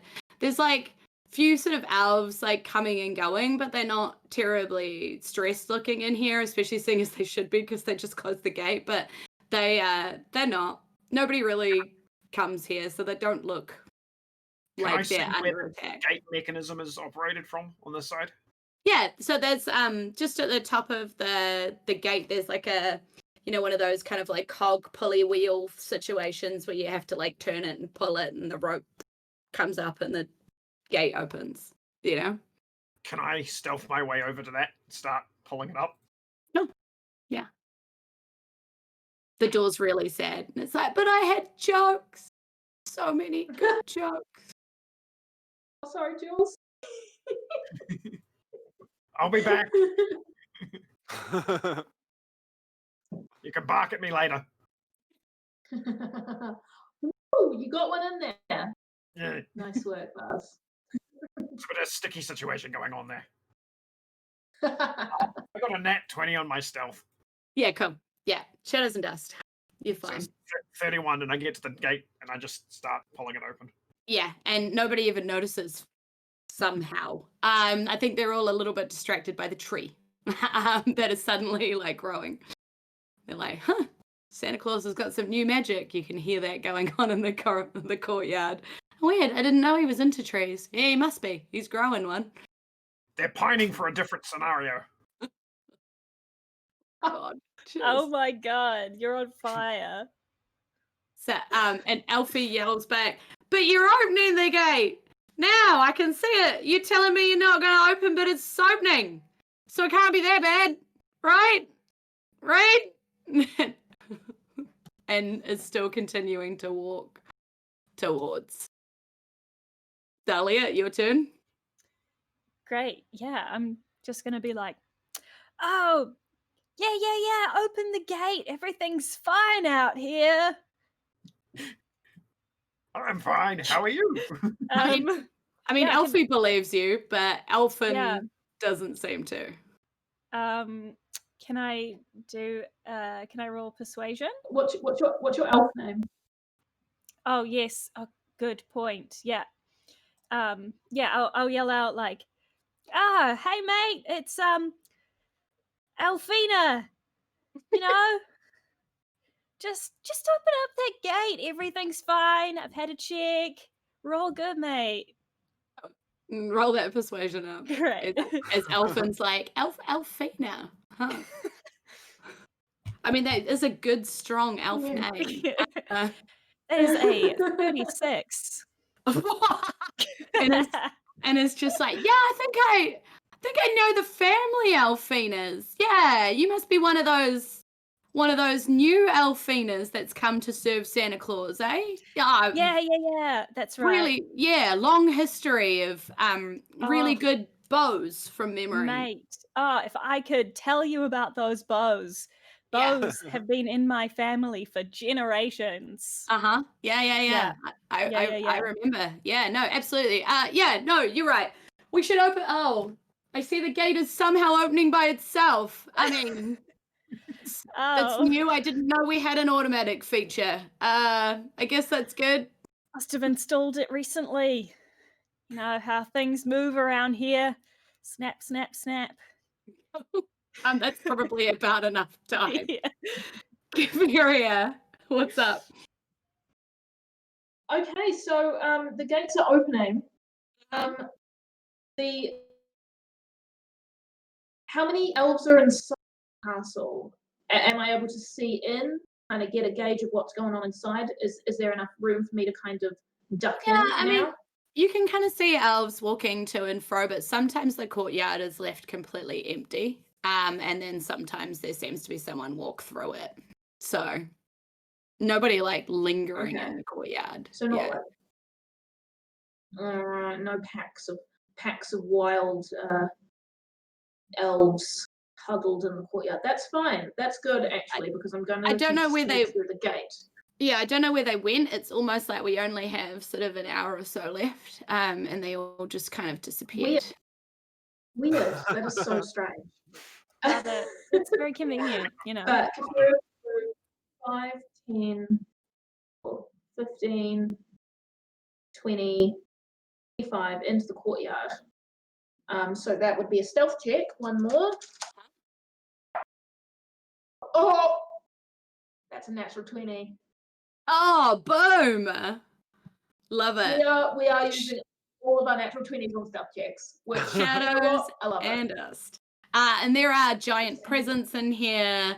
There are carts full of like hay that are probably used to feed some kind of animal that might eat hay. That might be logical to be here. There seems to be carts full of like ribbons and wrapping paper and all sorts of stuff like that. Also giant carts full of like what looks to be roasted chestnuts and all sorts of stuff like this. There's a holly bushes growing nearby inside. So there's lots of places for you to hide out behind if you'd like to tell me where you decide to camp out inside this courtyard. She is standing in the middle of the courtyard. Apologies, she's invisible. She thinks that nothing can stop her now. I mean, fair enough. Can't stop pretty me now. I'm invisible. Yeah, exactly. Because she's having a good time, having a good time. You know. Cool. Lesman. Lesman is going to follow suit and basically clank along behind. I'm not really going stealthily at this point because, you know, I'm invisible. And I figure with how well I parked, I'm just going to move on in. And my little Drake is going to follow behind. And again, I am doing the exact same thing and just standing in the middle. And I'll take out my bells and just start like holding them and looking at them, and yeah, that's what I'll do. Okay, I like it. It's a little tiny tinkle as they go off, but not actually go off. Yeah. Eugene, what you up to, bud? Oh, can I slip through the gate now? Is it open? Yep. Yeah, I'm gonna run in there to the courtyard, find like the nearest wall, and just like hug it. The wall says, "Oh, that's nice. I haven't been hugged in years." I'm gonna pretend I didn't hear the wall say that and just stay where I am.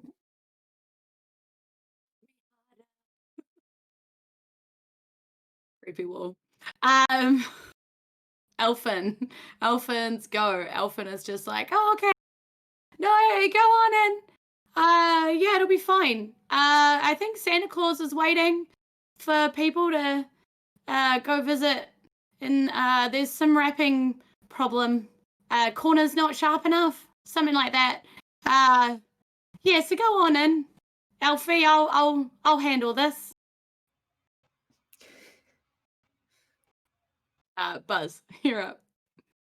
You have successfully, I was about to say lowered, opened the gate or door or whatever you want to call it, open enough that your friends have all come through. Well, not that you can see that actually, because most of them are invisible. Buzz is going to manifest his axe and put it in the way of the thing so the gate can't be closed. And then he's going to run down the wall to the opposite side of the door and see if he can open the door from the other side. Oh, from the side. Right. From the inside. Yeah, and as yeah. he's starting to do that, he says, pancakes to make the tree shrink. The door goes, watch out, it tickles. Oh, it tickles. As you're trying to, like, open the door. It's like, oh, you're back. Did you want to hear a joke? Yeah. Okay, I've got a good one for you.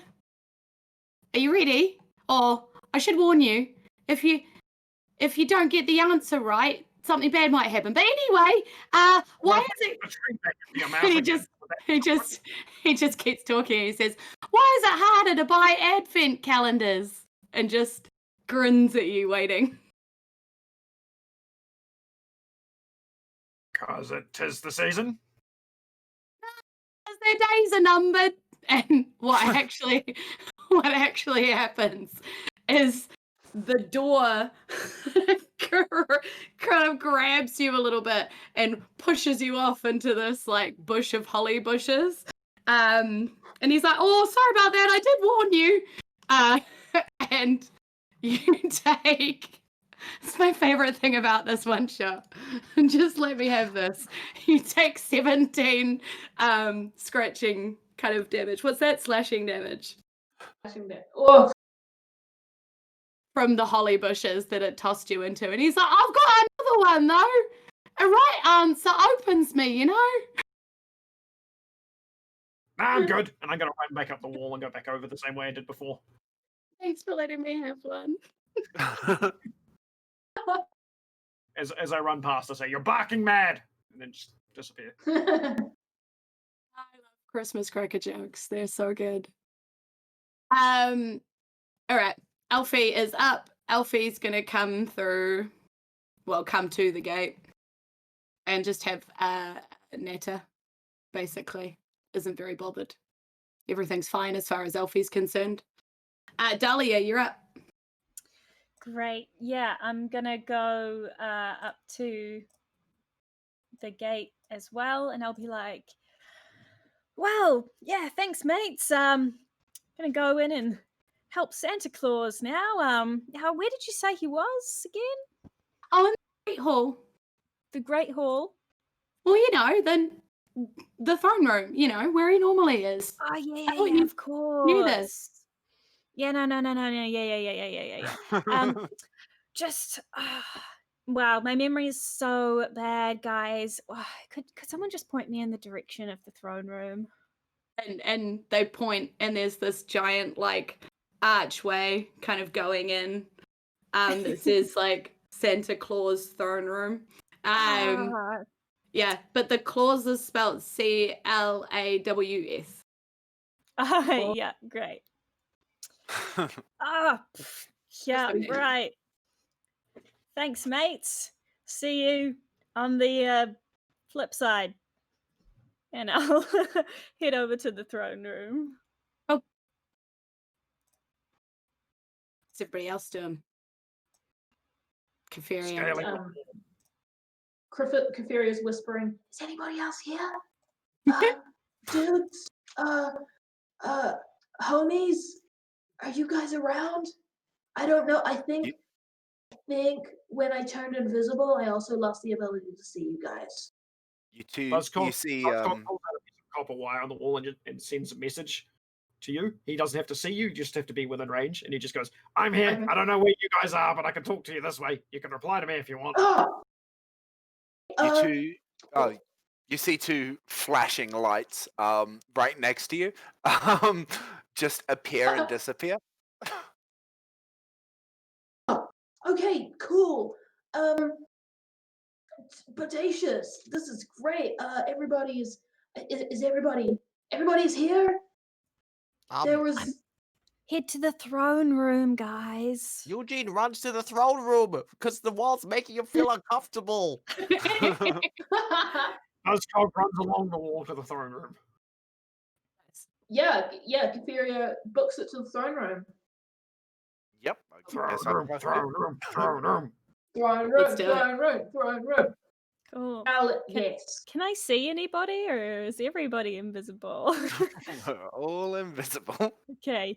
How long Just is sort of the looking around. invisibility last, by the way? Oh, great question. Let me double check.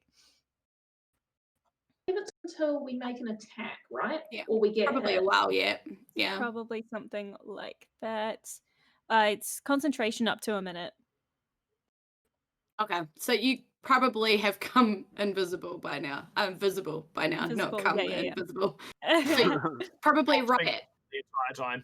Just Yeah. running around like a So probably right as you walk into the throne room, you're suddenly all visible. Apart from Dahlia, who's still disguised as an disguised. elf. Yeah. Yeah. I'll just like wink at these guys and be like, "Hey, it's me, Dahlia." I'm not having any more of these jokes. The last one was a bit prickly. Oh dear. So sad that I didn't get to throw roasted chestnuts at you or make you fall into a pit of eggnog. I'm so sad that I didn't get You're to do that thing. All right. But you can see at the end of this throne room, I hope you guys can see that there is a rather undead, sort of gross looking figure. He's not actually undead, but he just looks like he should be. His skin's all kind of mottled and cold and wrinkled and gross, and he's got this scraggly white beard with this like Santa-esque hat on it, but looks like it hasn't been washed in a really long time. Same with his robe and his belt and his pants. You know, his pants are like sagging and ripped and stuff. He doesn't look like a big fat jolly man. He looks like a skinny thin dude. And at his sort of at the feet of his little dais where his throne is a it looks like a deer with giant antlers and a red nose just sort of curled up at the bottom of the dais there. Yeah, as you enter this throne room. Oh, Love it. Piscaferia. Oh no, Elfina, you have taken us all prisoner and are now delivering us to Santa Claus as sacrifices? Says That's Kytheria. right. As That's right, mates. Ha As that statement is started, Buzzcog immediately bolts to the right of the map. ha. Okay. And I'm going to roll a stealth to try Some and of- hide there. 22 for stealth I in the corner. Kytheria is loudly saying, I am completely within your control, Elfina, like trying to distract from this horrible little goblin crouching in the corner. Nice. Nice. Yeah. I'll just grab everybody who's still nearby and start to drag them over towards Santa Claus. I follow in the giant crab going, beep, bop, zoop, I am a robot. Here to serve Santa. And yeah, I'll just I'm follow. gonna need you guys all to roll performance checks to pull this off, obviously. All right. Another performance. That is fine. I am going to give myself, where did I write this down? It's really cool, guys. Look at me flipping through this book. I'm going to give myself a +5 bonus to my persuasion check because I can just do that. That's an 18 for me. Nice. Oh man, I got 2 minus 1.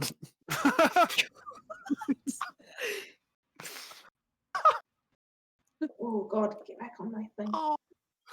I got a total of 13. All right, so that's fail. And the one's definitely a Sorry, fail. my sheet is having a little bit of a tantrum. No, you're right. So that was a persuasion check, right? Yeah. No, performance check 11, 12. to be Oh, performing well. that you were being dragged indefinitely. Whoops. Well, Probably the that same unless means you have instead of- proficiency.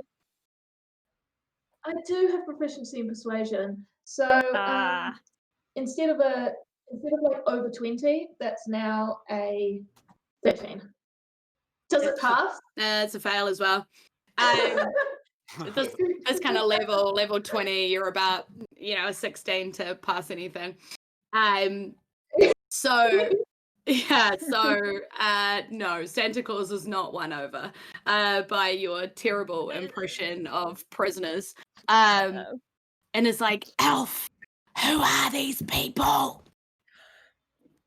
Okay, I'm so sorry, Mr. Claus. I just thought that, we could do a fun sort of entertainment night for you. And the first thing that we had on our list was pretend to be prisoners. It's sort of like a, fourth wall breaking entrance moment. But clearly you have outsmarted us, and I would like to present the troupe of entertainers. Yo, yo. Called the Entertainers. Just for you. Right. I turn my crab lights on to spotlight her while she's saying this, and then they rotate to turn on the rest of them. Yeah. And there's like some jazz hands going on, and Eugene's starting to rap, and Santa Claus just turns to look at this, this antlered deer creature by his feet and says, Rudolph, kill them. And yeah, roll initiative. Didn't like your performance. God damn. No. So, Hey. Erin did say that she dragged us forward. How far forward into the thing do you think we'll be? Probably The like- Grand Hall, rather. Maybe like 15, 20 foot, think I we'll would be? say. Probably. Yeah. Buzz, Buzz- were you there? Okay. Or I was there when we first got there, and then if there was another opportunity, I would have just gone straight up to the other end of the hall if no one was paying attention to him. With my sure. Yeah, I mean, I think that's fine because they were all kind of making a scene. So his attention was sort of drawn. so It sure was. So, Eugene, do you want to tell me your initiative, buddy? What? I'm 11. 11. Dahlia, what you got? 22. Lasman, what you got? 15. And Kafiria, what you got? What was that, buddy? I only heard teen. Oh, sorry, 14. 14. Cool. Descending. So, Buzz, you're up there, and Rudolph gets to its feet, and that's kind of all that happens before you have your go. Rudolph, by the way. Buzz in the corner is going to go da da da da da da da da da quietly to himself, and then magical darkness just appears around Rudolph as he uses a key point to cast darkness. Nice. Talk to me about darkness again. So, magical darkness, a magical darkness sphere from the point of my choice, which is Rudolph, within range of me, which is 60 feet, fills a 15-foot radius sphere for 10 minutes, or until I lose my concentration on it. A creature with dark vision can't see through this, and anything that is non-magical light can't illuminate it.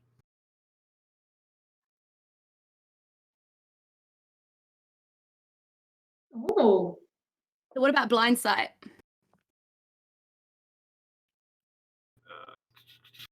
Blindsight should be fine. I mean, no reason. It just says dark vision can't see through it. So, because blind sight is seeing without seeing, isn't it? Yeah. So that wouldn't be affected. Oh, I mean, he is Rudolph. Red nose reindeer. Pain deer.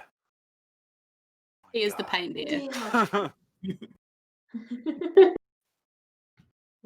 Sorry, I just had a realization to myself there. No, that was great. That was great. I love it. All right. So Okay, cool. So that happened. There's just black dome that just appears there. And it's how far out? Sorry, bud. 15 foot from the center of there. So I'll draw a square. Oh, I've got it. Oh, it's probably actually more like 10 foot around him, isn't he? Because he's a large. Something like that. Can you see that aura, by the way? Yeah. Yeah. I'll make it a different color slightly. Yeah. There you go. So darkness is around there. No. Does that work? So he's in darkness? Yeah. Yeah. And then I don't think that's showing up for me. Weird. Okay. Don't worry about it. I remember. Okay. I'll I tell know you. It is. Yeah.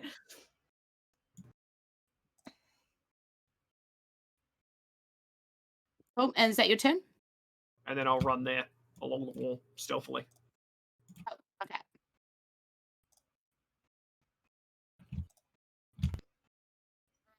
Delia, you're up.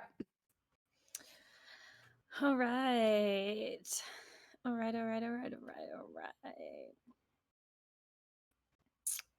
I think what I will do. How far are we from Santa Claus? We measure. You are about 80 foot. Sweet. Okay. I'm going to cast Force Cage on Santa. So he needs to make a charisma save. Oh.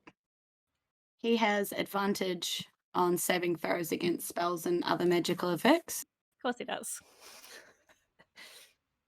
So he rolled, sorry, it's a 10 and an 8, but what is his thing?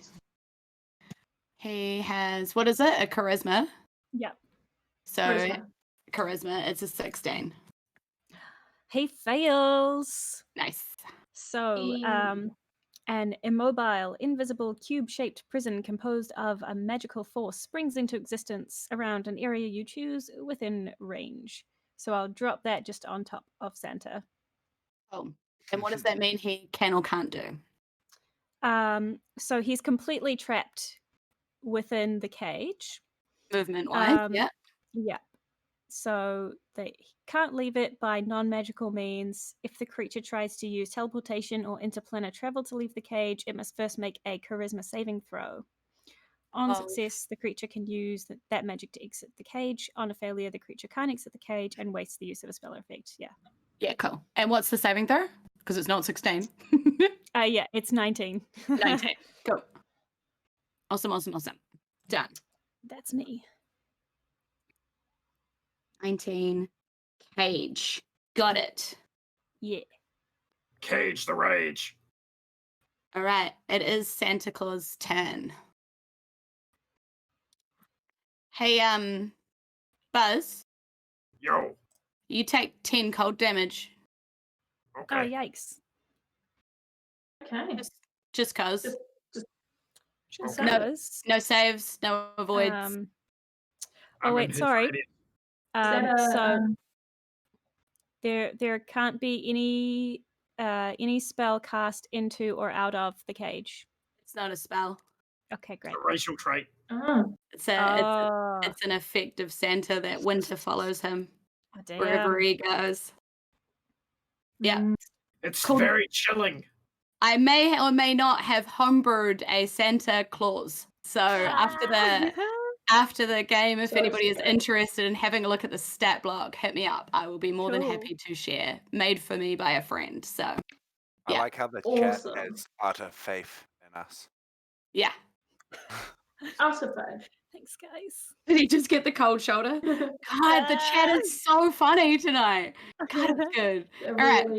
really getting good. Okay, so that was just his effect.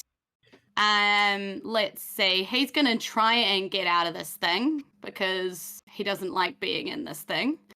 So he's gonna roll his saving throw to try and touch his nose. So that is a 12 plus. God, there are so many things I have to look at right now.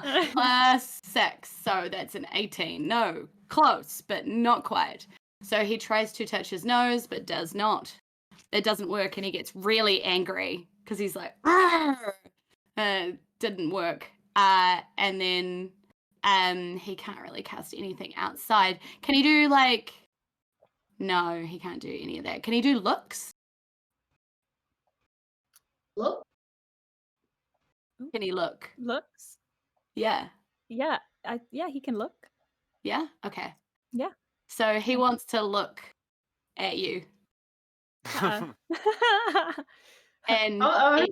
he gives a cute little wink at you, and you feel the need to roll a wisdom saving throw, a DC 21 wisdom saving throw. Uh-oh. Sorry, was this to me? Yep. Okay. He knows the spell came from you, so he's like, Ah. I don't like that. Hey, you, wink. Wisdom save?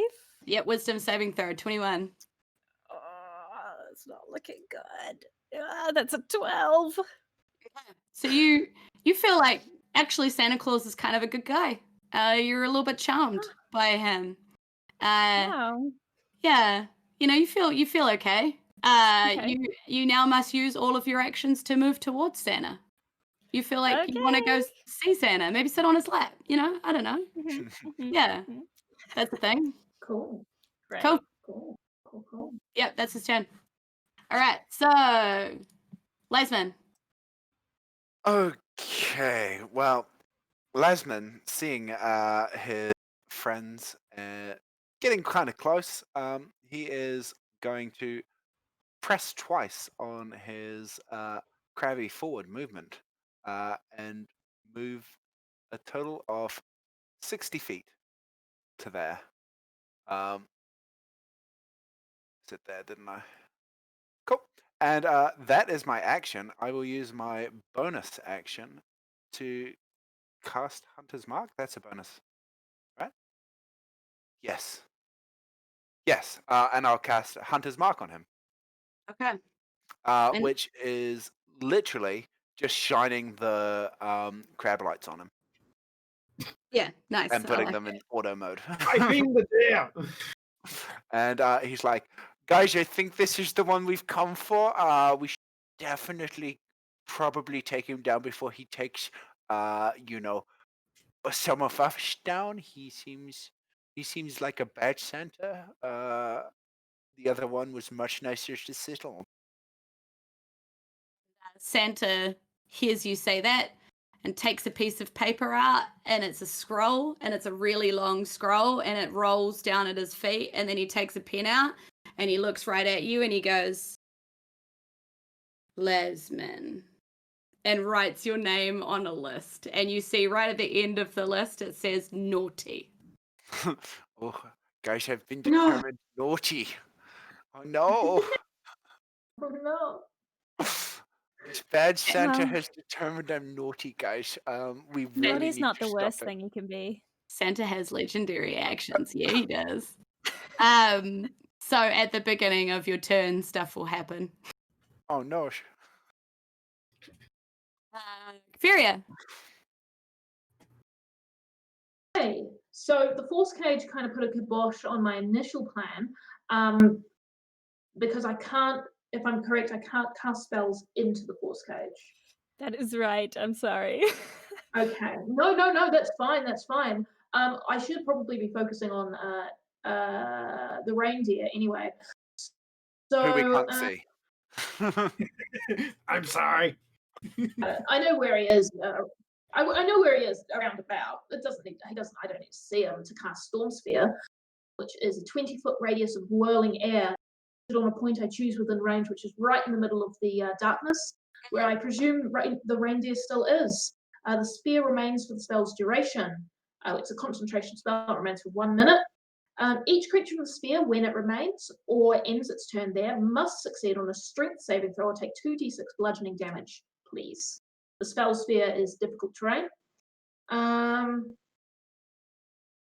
Let's make a strength saving check, DC 19. Oof. Soz.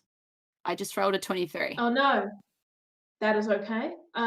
He doesn't take 2d6 bludgeoning damage, but I will use my bonus action to make a bolt of lightning leap towards him, make a ranged spell attack. Which is this plus 11.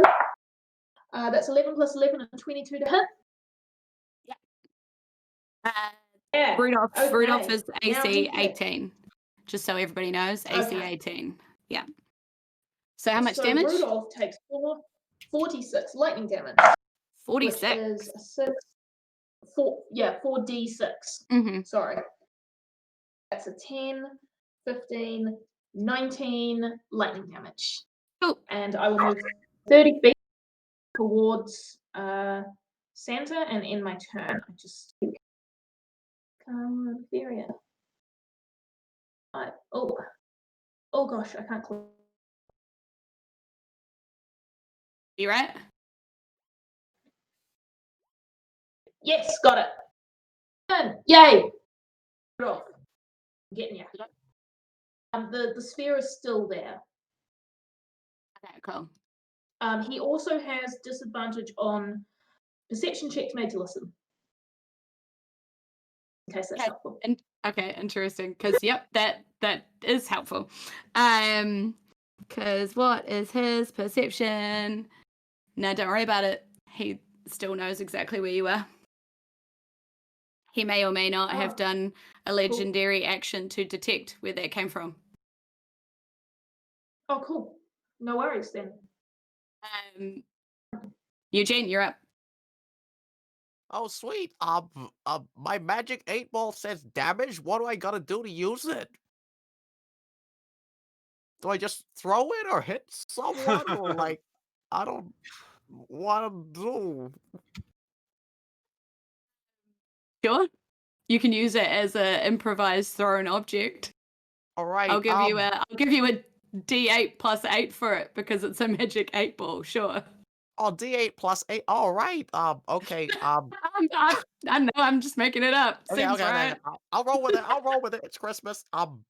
Okay. I run up to. Can I reach Rudolph? Can I reach Rudolph? Can I reach the reindeer? Yeah. If you move up a bit, yep, Yeah, you'd be I'll able do to. that.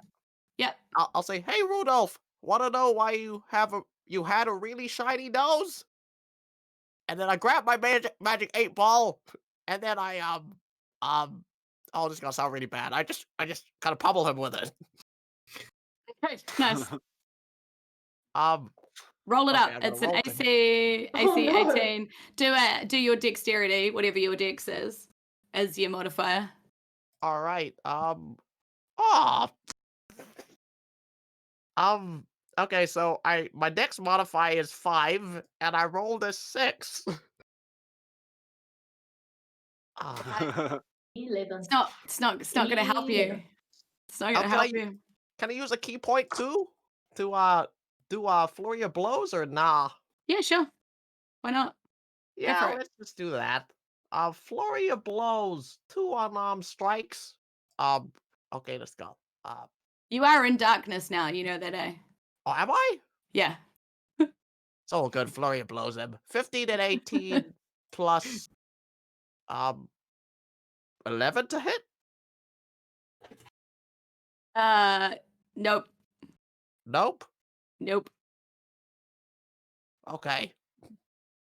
Oof. Uffa duffa, he's hard to hit, huh?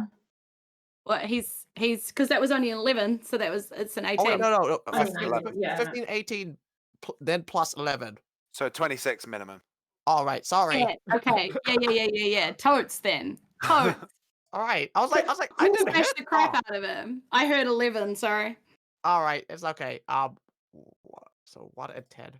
So damage is +5. So 1 plus 5, and then 10 plus 5. Mhm.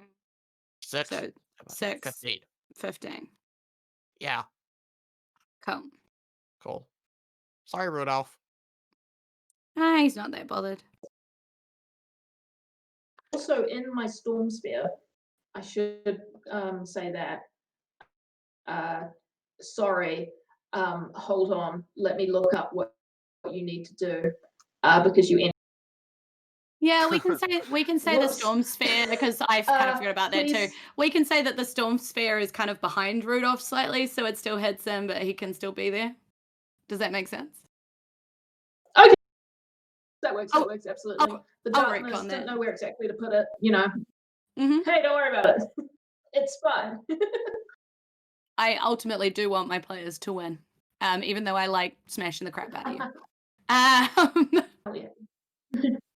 Cool. All right. It's Rudolph's turn. So Rudolph can still attack in darkness because he has blind sight of 60 foot. So he can definitely see Eugene sitting right there. And he's going to bite and claw because that's what he does.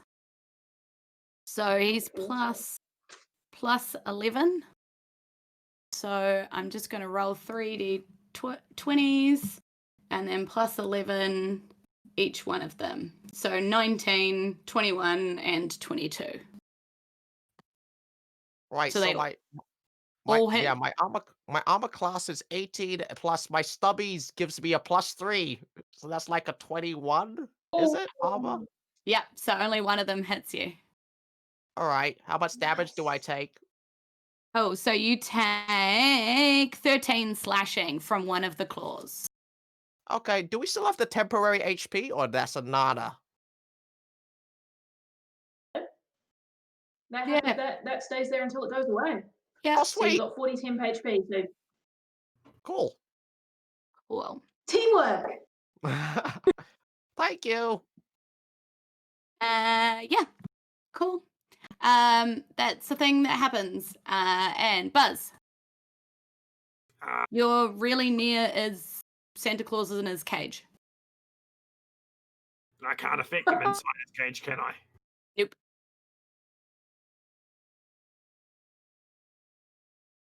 I'm going to run 5, 10, 15, 20, 25, 30 feet there.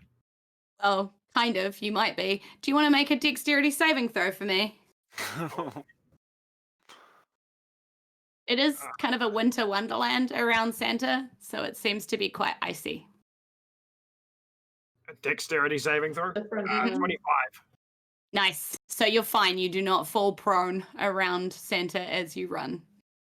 Yay. As I run past as a bonus action, I'll drop my Christmas tree and then keep running this way to here. Okay. What are you trying to do with the Christmas tree? I'll just leave it there.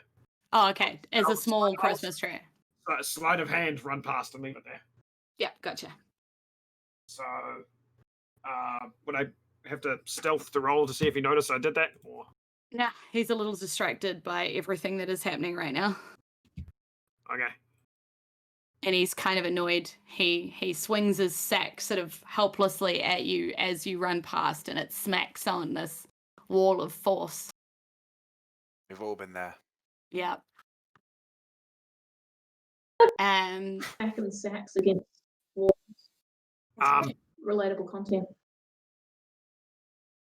It's your turn, dude. I have one more thing. Oh. Is the dropping of the tree a bonus action or a action? Nah, it would be an interact with an object. So it's an action. Okay. Nah. No, I always consider interact with an object as kind of a free action. You know, if it's just a little like I just dropped it on the ground, I don't care about that. That's not an action. Okay, cool. Then yeah, I'm dropping darkness and shooting magic missile at Rudolph. Okay. So darkness is gone. Nice. Magic missile is happening.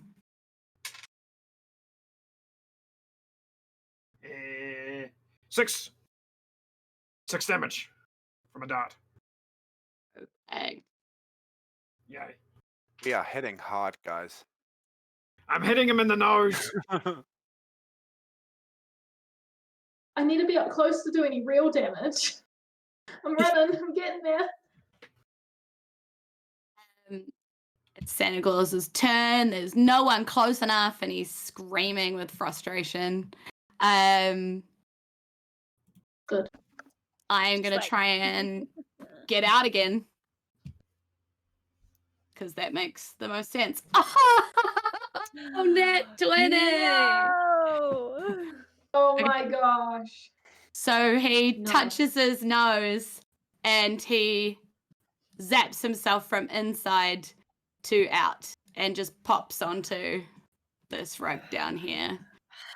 And then is like Oh, very close Ah. to me now. and reaches out his hand to the side of him, and in his hand a magic mug appears, and he chugs this hot cocoa down that appears in this mug, and then he spits it towards Buzz and Leomon, and you're going to need to make me a DC 21 dexterity saving throw, you two. Look out. Oh, Okay. 23. So nice. 18. my crab. What is the dexterity on this crab apparatus? Guess what? Nothing. It has no It's a crab. dexterity. It only has an armor class of 20, so I guess it wears it. Well, we'll say your dexterity inside it makes it move fast enough Okay. to get out of the way. Let's give you that, When because you gain otherwise, control, when you're moving your arms around, it moves with it. yeah, I think it's unfair to give you no roll. So, Okay. Dexterity saving throw is a 22. oh, nice, you make it. Nice, guys. And Buzz, did you make yours? 23. Nice, because you saved yourself from taking 72 fire damage. So, congratulations. Woo. Oh, good. As he Oh, good. spits this hot chocolate directly in your direction. Cool. That is his turn. Lesman, it's your turn. Okay. Seeing what he did, I still have my hot chocolate from earlier. Also, I'm gonna. it's the beginning of your turn, so can you please take me 5 psychic damage from being on Santa's naughty list? Okay. My Huh. crab has immunity to psychic, but I don't, so I will take that. I Crab will list. skull the hot chocolate I have, which is now cold. And I will use my Drake Ranger ability of being able to breathe a cone of fire. So can I get a dexterity saving throw from him? And you know what? I'll move around so I don't hit whoever's behind. Sorry, And yeah. I just rolled a nat 20 again. And he has Ah. advantage on saving throws as well. Sorry. Okay, well he takes half this damage then, which is a total of 8d6 fire damage. So I'll roll 46 instead. Which is a total of 12. Only it doesn't 12 look like fire. it is. Oh, he's a hot Santa. Yeah. It is a big hot boy. Yeah, it's like Santa was built to play level 20 characters. Okay. And yeah, that's me. I moved and I vomited some hot chocolate at him. Ominous some hot chocolate. Hey, did I have my turn, or was because I'm like under Santa's spell? Oh, did we miss you somehow? I think maybe, unless I just blanked out. No, because there it's your turn. Your turn's before Santa Claus, isn't before it? Santa. Yeah. Yeah. Okay, so we did miss you because I went straight from Buzz to Santa somehow. So let's good. have your turn. You Okay, great. were also charmed, so you Yeah. were walking towards Santa anyway. Yeah. But So you is can that attempt to break it by repeating the Yeah. save. So yeah, you can. okay? Cool. What save was it again? It's a 21 wisdom save. Wisdom. Oh, nope. That's a 6. Oh, sounds good. So, all right. So all I can do is walk towards him, right? Yeah, pretty much. Yeah. Cool. So Okay. you would have been somewhere around where you are, I guess, somewhere walking towards him anyway. Yeah, I'm just. Yeah. I guess I'll use my full movement on each turn. Because which is he 30 wouldn't have feet. broken out yet. So you would probably be closer to the throne. Just so Yeah. Okay. Kveria. What's up, buddy? That's me. So You- where is Erin at? Oh, she's still got a little token down the bottom. So I'll move it a bit further. I think you're still a little bit too far away for me to do this. No, actually, you are. I also did forget something. I forgot that Rudolph should also make a bludgeoning, a strength save, or take the bludgeoning damage from the Storm Sphere. Because Storm End of Sphere is his still turn. up. Yeah. Yeah, because Storm Sphere is still up. So my apologies. He wouldn't have made it. So what was the damage have been? I'll give it to you. 2d6 bludgeoning. So that is 5 and a 2. That's 7 bludgeoning damage. Nice little Done. freebie right there for me. Start off with. So I will. Yeah. Woo. You're lucky that I'm a nice person. So what I'm going to do is I'm going to cast Calm Emotions as an action, yes, on Dahlia there. So please make a charisma saving throw, but you can choose to fail if you wish. If the creature fails at saving throw, choose one of the following 2 effects. You can suppress any effect causing the creature to be charmed or frightened. When the spell ends, any suppressed event resumes, provided that its duration is not expired in the meantime. Oh, it's a concentration spell and I've got Storm Sphere up. Yeah, I drop Storm Sphere and I do Calm Emotions. Please fail your charisma save. Okay, I will choose to fail my charisma save. You are no longer charmed for 1 minute. Yay! Oh, for 1 minute. Oh, okay, that's enough. In rounds. 1 minute. Yeah. Emotions is a level 2 spell, so you know. So I'll take that down. Cool. Remaining.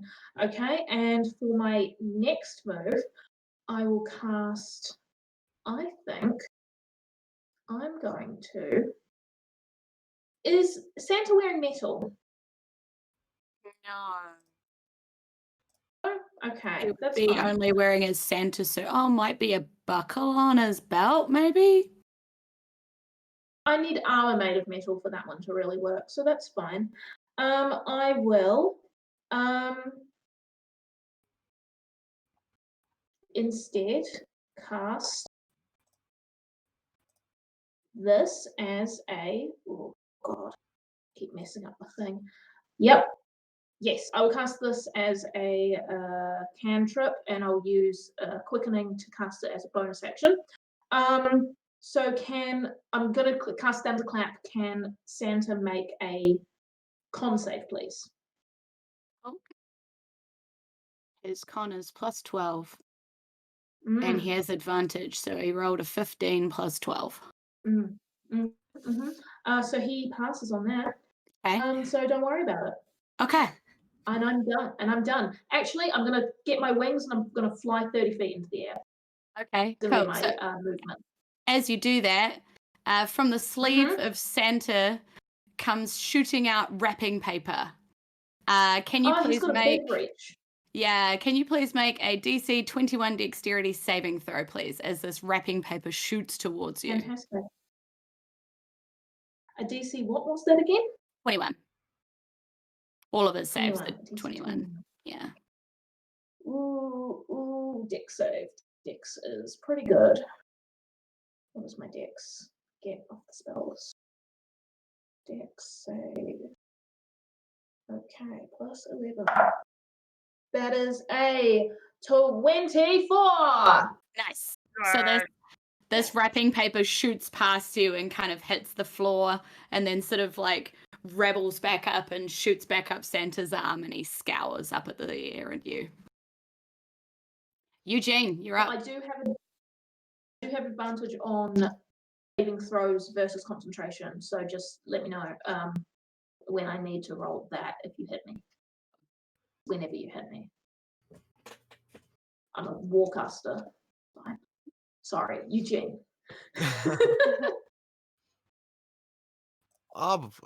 Hey Rudolph, I see you're still alive.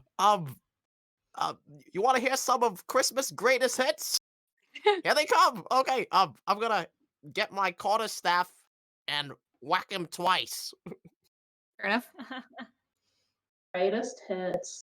Greatest hits. All right. Oh. Oh. Okay. Okay.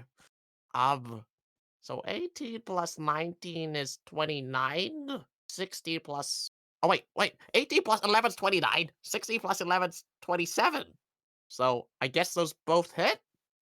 Yep, definitely. All right, and then I roll for damage. And it's like a. Okay.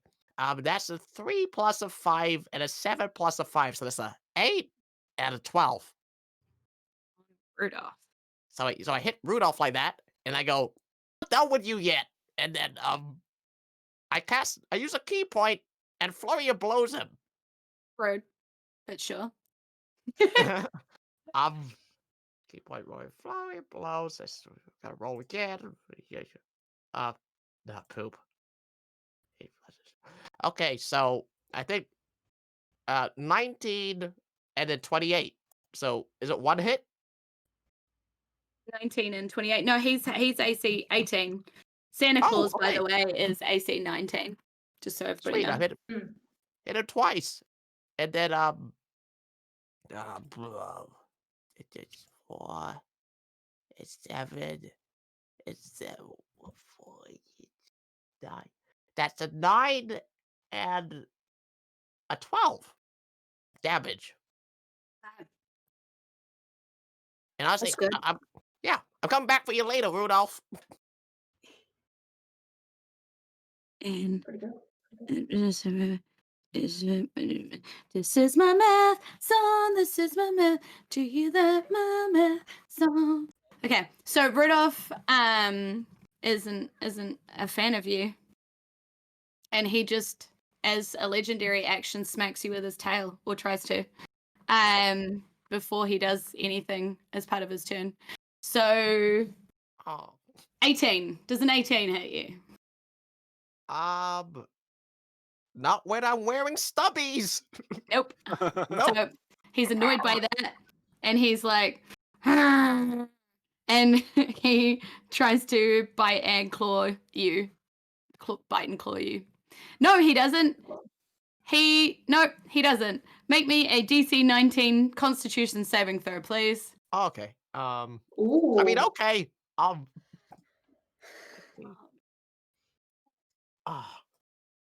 8 plus constant.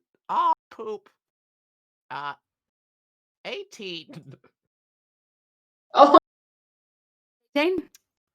That's fun for me. Can you please take 54 cold damage as Rudolph breathes a cone of cold at you? And I'm just going to quickly let my cat in while you deal with that. And that's Rudolph's turn. So Buzz, you're up. Hang on 2 seconds. Okay, so this is where we conspire, right? oh my Secret planning. Live cat. Buzz wants to stun God. Santa. Hold him still. I need to get in some heavy hit. I need someone to hold him still. All right. On it. We do have a limited time, so we need to pick up the pace on our moves here. Otherwise, Santa's gonna win. So, I just and pulled cold out Christmas, another American amazing Christmas. mug. No. American Christmas will win, and the Kiwi Christmas will die forever. Are you gonna let that No. happen? Is that gonna happen on No. your watch? Can't let that Even happen. 21 to punch Santa. It's not out of 21. the realm of Yes. possibility. 21 punches Santa, yes. And Nice. 19 or not 19? He is AC 19, so 19 will hit him too. And can Santa please make me 2 saves? Well, make 1 save first, please. DC 19 Sure. for a stunning strike. Sure. He rolled a nat 20 on that one. Cool. And then Ooh, you're getting some good rolls in. cool. What Can you make what another one is for my second hit? what is the save? 19. No, as in what? Constitution, strength, con. So 11 plus 12, 13, 23? Yeah, Right, that's 13, fine. 23. So for now, I'll just do the damage. 16, it's 22 damage. Bonus action. Hitting him again. Yeah. Again. 22. Mhm. Please make me another save.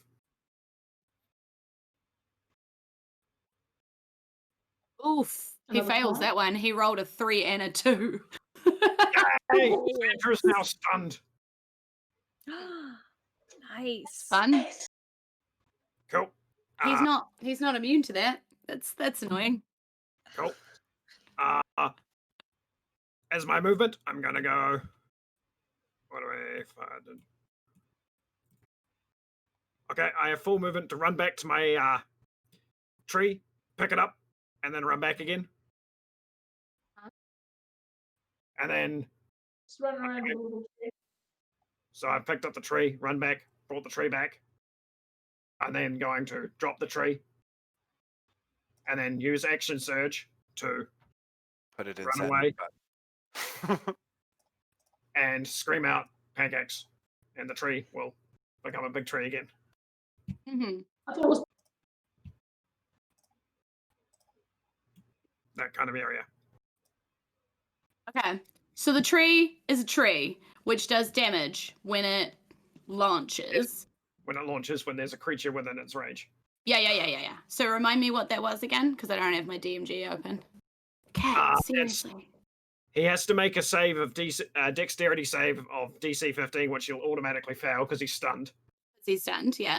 So he takes 10d10 bludgeoning damage, Yeah, cool. which I'll calculate for you.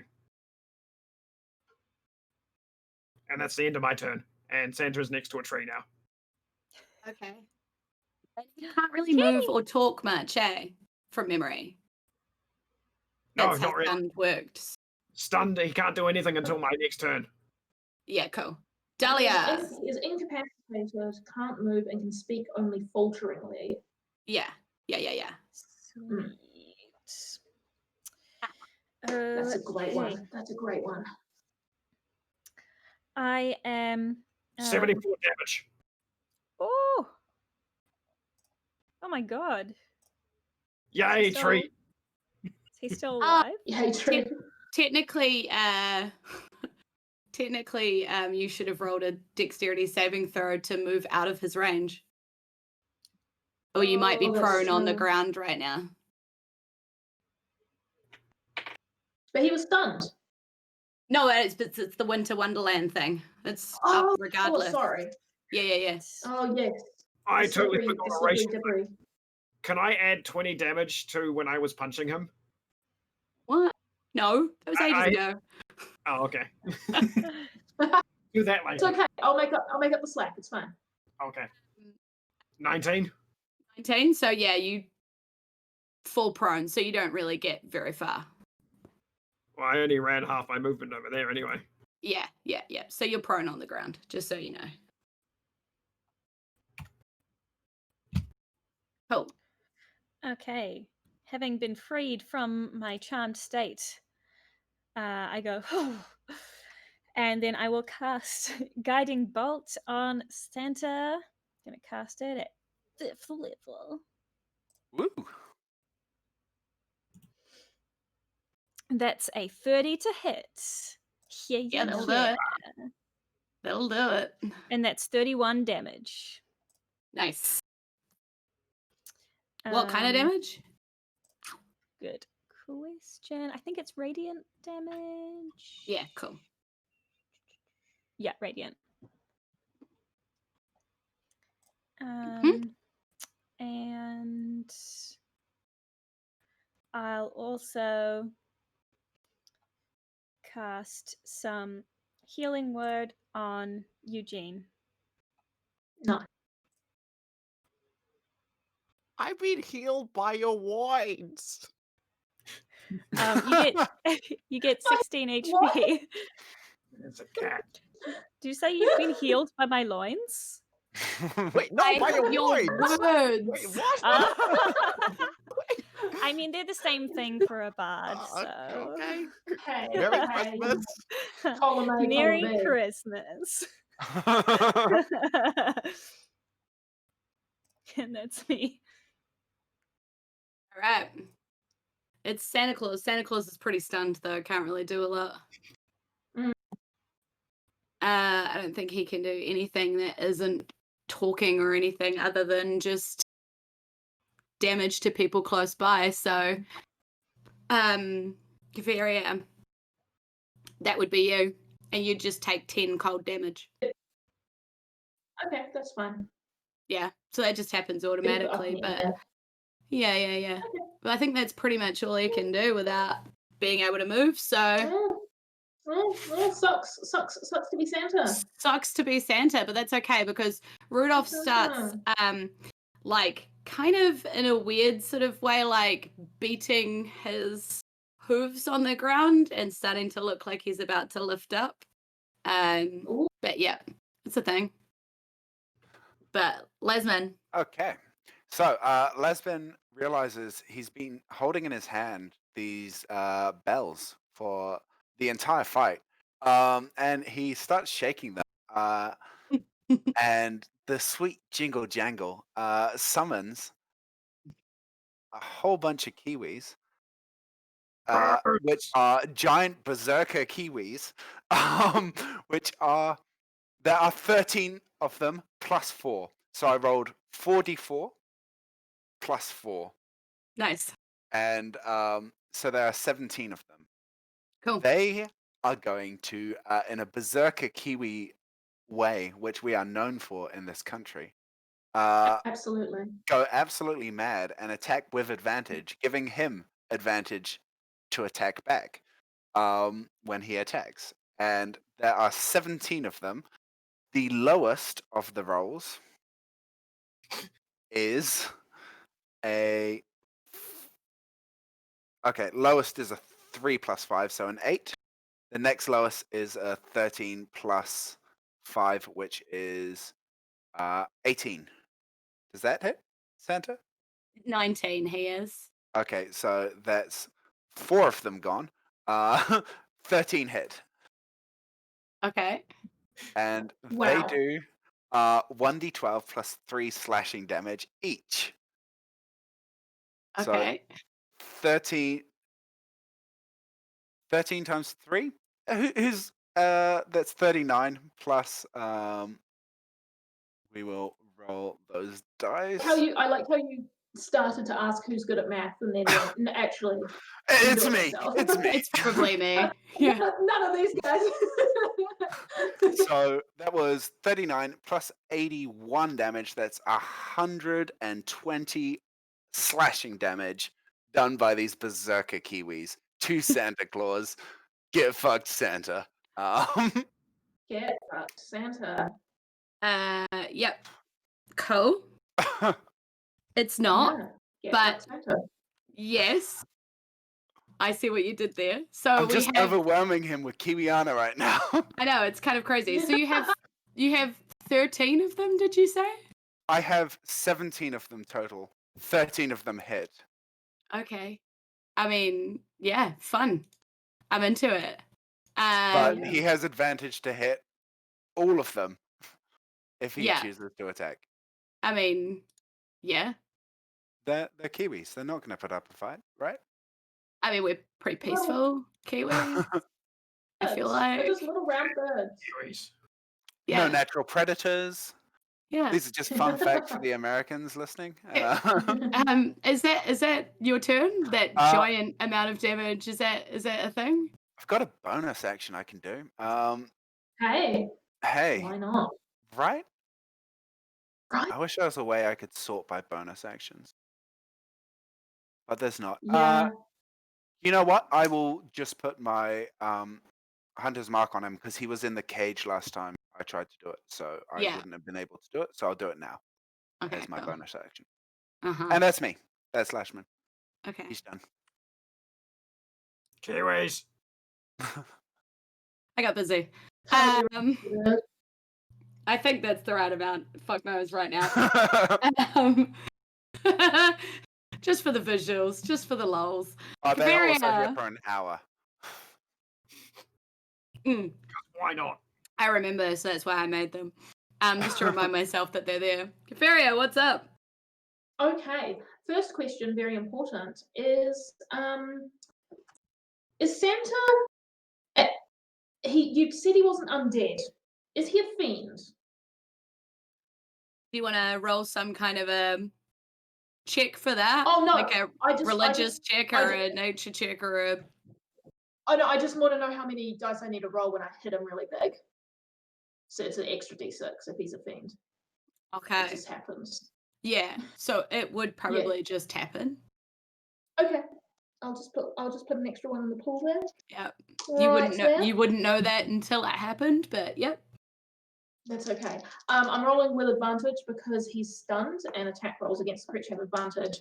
So Kavaria is going to fly 30 feet down towards Mr. Big Old Giant Santa, get right into his face, and with her long sword, she's got one hand on the boogie board, one hand on the long sword, and she's just going to do a really big slash right across him. She's going to smite at 5th level. If I get him, and I'm going to make an attack roll, which is a +9 with advantage. Oh no! I rolled a 7 and a 6. Terrible. So that's a 16 to hit. Yeah, nah. Okay. Also, Lasman. So every Yes. Kiwi that hit, technically, I've forgotten to do this the entire time. It takes 10 cold damage when they hit. So everything that hits takes 10 cold damage as like a reaction to hitting. Okay. Yeah. They're alive still. Okay. Resilient birds. Majestic even. But yes, continue please, because I know that those two Alright. did not hit, but you've probably got more up your sleeve. Absolutely. I'll do my second attack as a paladin. Also advantage. Does an 18 hit? No. It would have if it was Rudolph. I'm sorry. Oh, okay. One more try. Booming Blade. Cast as a which is a cantrip. Cast as a bonus action. More sorcery points out of the way. Making a melee attack against Santa. Oh my god. That's a 13 + 9. Yeah, that one 22. hits. Yes. Okay. He takes 3d8 lightning damage because I'm a level 20. So he takes 7, 8, 9, 10 lightning damage, and then if he willingly moves 5 feet or more before my next turn, he will take 48 lightning damage. Okay. And I end my turn. But I am right next to him, so I do take 10 cold damage. No, that's at the start of Santa's turn. It's a weird one. Oh, okay. Cool, no worries then. I don't take... sorry, you hit him, damage. so yes, you are Yeah. hitting him, so yes, you would take the 10 cold damage. Yeah. Yep. Okay, got it. Cool. So if he... All right, Eugene, what you up to over there next to Rudolph as Rudolph's wings beat again? Oh, Rudolph's wings. I'll tell you about that in a second. Rudolph's hooves beat again for the last time and does a thing that basically means that you need to do a DC 19 dexterity saving throw as a legendary action again. He likes them. Did you say dex saving? Yeah, 19 dex. Oh, I got it. 8 plus 11, 19? Nice. Meets beats, buddy. Yay. Yeah. All right. So, And it doesn't do anything, although it does fly up into the air. So Rudolph is now hovering in the air above you. oh, how high? Can I still hit him? Half its flying speed, so 40 foot. I can't reach 40 feet high. Okay. Well, I mean, luckily you didn't get hit with a hoof attack. Yeah, all right. Let's see. I am going to For those of you playing along at home, this might be an adult white dragon reskinned as Rudolph. All right, in that case, I'm just gonna use my range dot and try and hit him twice. Cool. Yeah. Yeah, I guess. Oh, Makes sense. okay. Let's go. Ah. Yeah. Okay, so I hit him once. And then my damage would be I need to open a new tab for that one. Roll that. 3 plus 5. 3 plus 5. 8. 8. Right. Cool. And then I run away. Fair enough. Lovely. Where would you like to run to? Towards the center with all the Kiwis and the chaos, or somewhere else? Are the Kiwis to the left? Yeah, to the left and behind you a bit. All right, so okay, I'll run to where everything I own is, to the left. Yeah, I like it. Okay, you run over here. Yep, got you. You're on the other side of the stairs of the throne. So going up to the throne, you're on the other side of the stairs. Nice. Yeah. Awesome. It is Rudolph's turn. Rudolph up in the air is annoyed at everybody. He's going to try and recharge his breath weapon, which he does, which is fun. So that's cool. And then as you run away from him, he's going to try and exhale an icy blast at you again.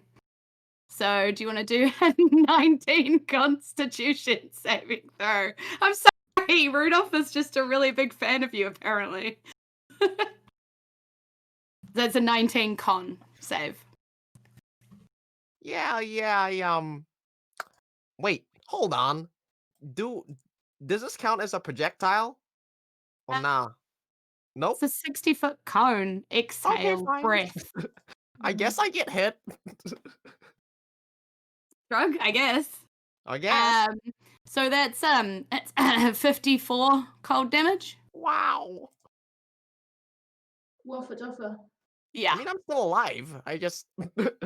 Sorry, he recharged it. It's quite rude of him, really. It's okay. Yeah. And then he sort of flies over slightly towards Santa a bit because he's a Okay. bit worried about Santa over there. I by might need the himself. healing loins. The loins. Lovely. Buzz, you're up.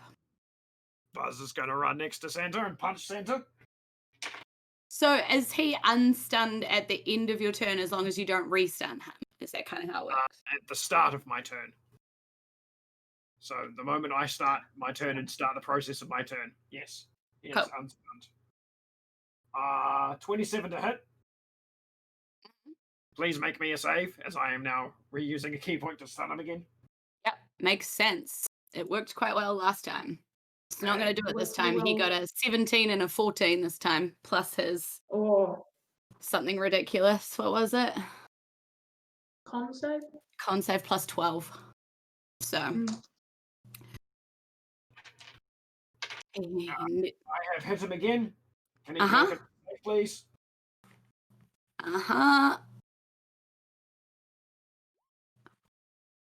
19 and a 1, but luckily he has advantage.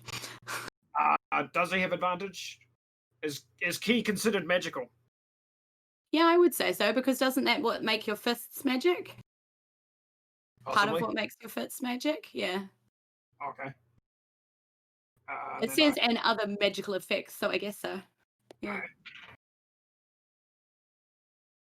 and I will hit him a third time with my bonus action. One more save. 17 and a 13. So 17. 17, yeah. Fails. Stunned. Sorry, 17 plus 12. Oh. So 29. No. Okay. I will now give you the damage. All of the hits. Give it to me. Okay. I'm just imagining you like punching this skinny Santa Claus with his gross robe, and you're probably just like flying out like mold and bits of snow as you're like punching him. Kind of like bits of flaky skin coming out. Like, he's really gross. He sounds very gross. It's 28, but I'm using a goblin feature known as Fury of the Small to add 20 damage to it. So And that's it's 28. all bludgeoning. It's Oh, but it's magical. all magical bludgeoning. Yeah, And yeah, I yeah. will use my last key point to do a flurry of blows. So I get one more hit on Tom. What was that damage total? Sorry, dude? 48. 48. Yeah. Uh-huh. And then I will hit him again for 28 Uh-huh. with 9 damage. And then one more save. Uh-huh.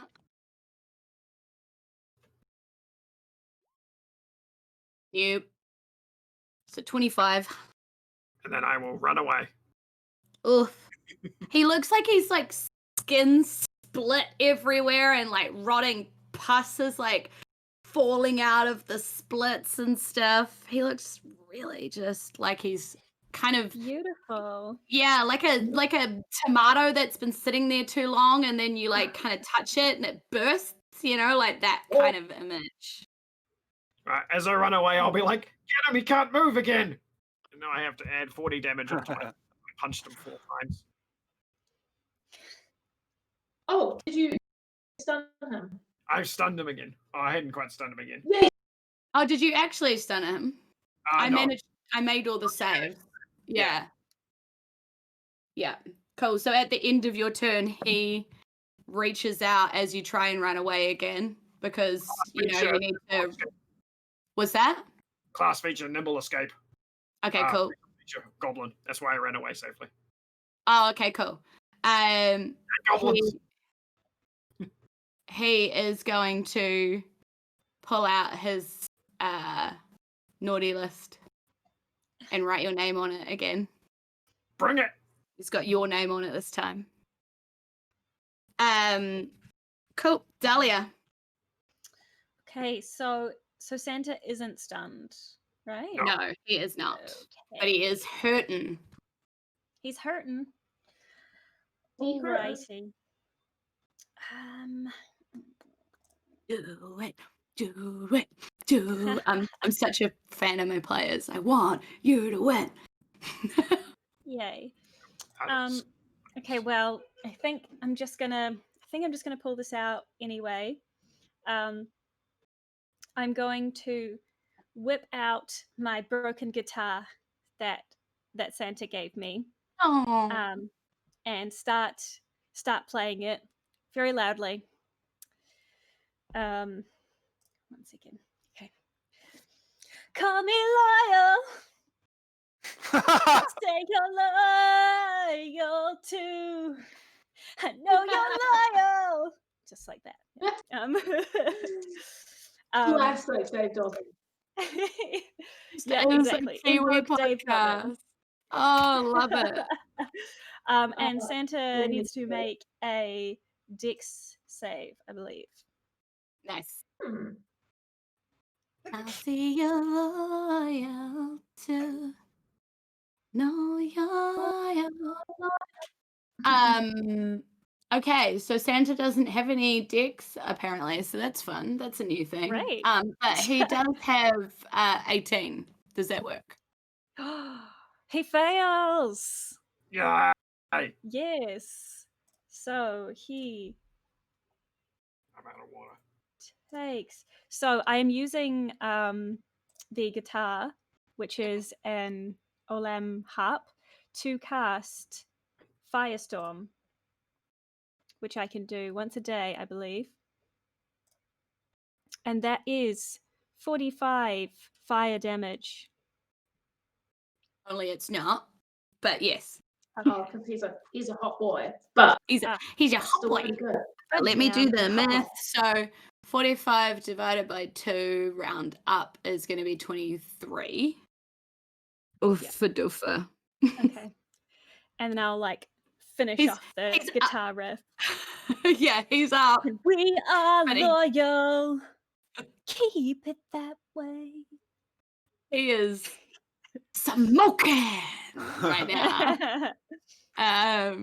He does not look happy with his life. He's surrounded by kiwis, and people keep trying to set him on fire and punch him.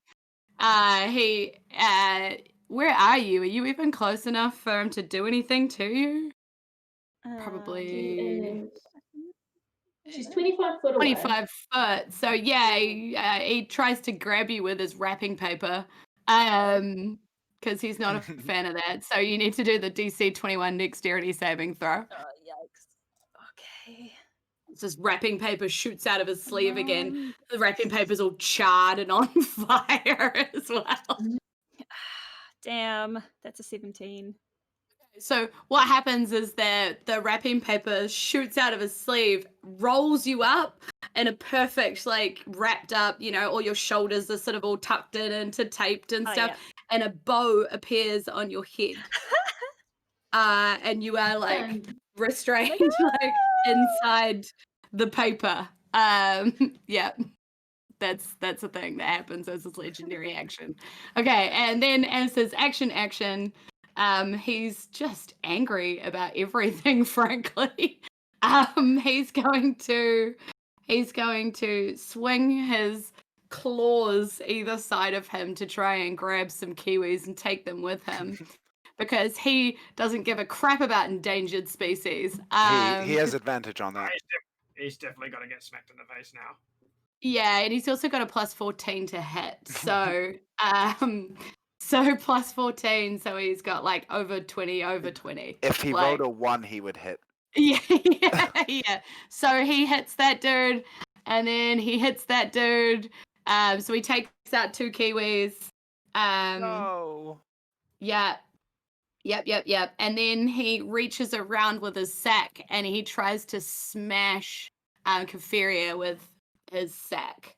So that's also a plus 14 to hit, which is an 18. So just 32 hit you, buddy. Is that a thing? And well, is it a spell? no, it's a melee attack. Bugger, because I did have that shield for advantage on saving throws against spells, and spell attacks have disadvantage against you, but I haven't been hit by a spell yet. I know. So, sorry about that. It's a trick. You take 21 bludgeoning damage from Santa's sack full of presents and goodies as it smacks into the side of you. He is angry and on his last legs. So, Lasman, what do you got? Okay. I'm so excited to shoot lightning at him.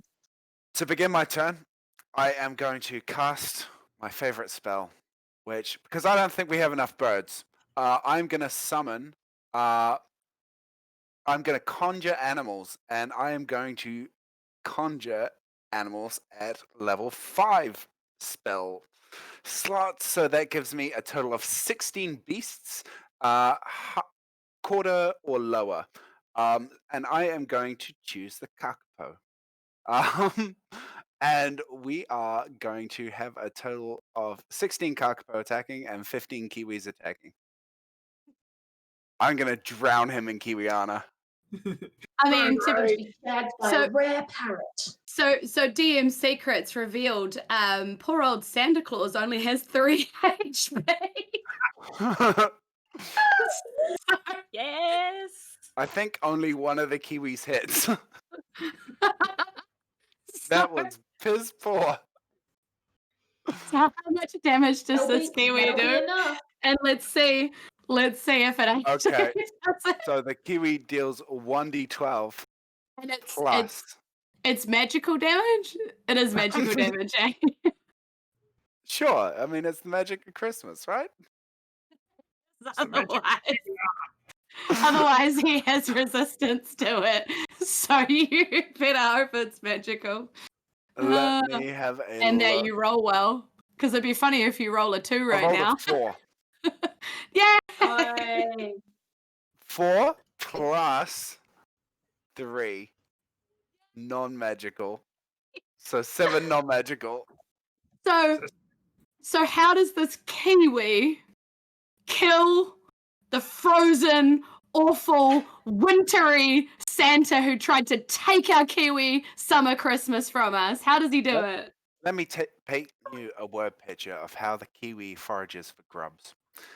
This Kiwi stands on top of him, on his belly, and just like burrows its beak deep into his stomach and starts just tugging at an intestine until basically he tugs all the intestines out. And Oh. then lays an egg 3 times its size. Because it's a magical Kiwi. Hell yeah. Santa is dead. You hear of absolute horror and despair coming from Rudolph in the corner as it tries to disappear. What do you guys want to do to it before it tries to get the hell out of this throne I'm room? firing darts at that guy. Yeah, you're filing darts. I want to cast Chain Lightning Chain lightning. at level 7. Nice. I want to tell the kakapo to fly No. into its mouth, choking Nice. it. Nice. No. Damn. You up to anything there, Dahlia? Will I do? Play us out, Bard. Yeah. I am just gonna.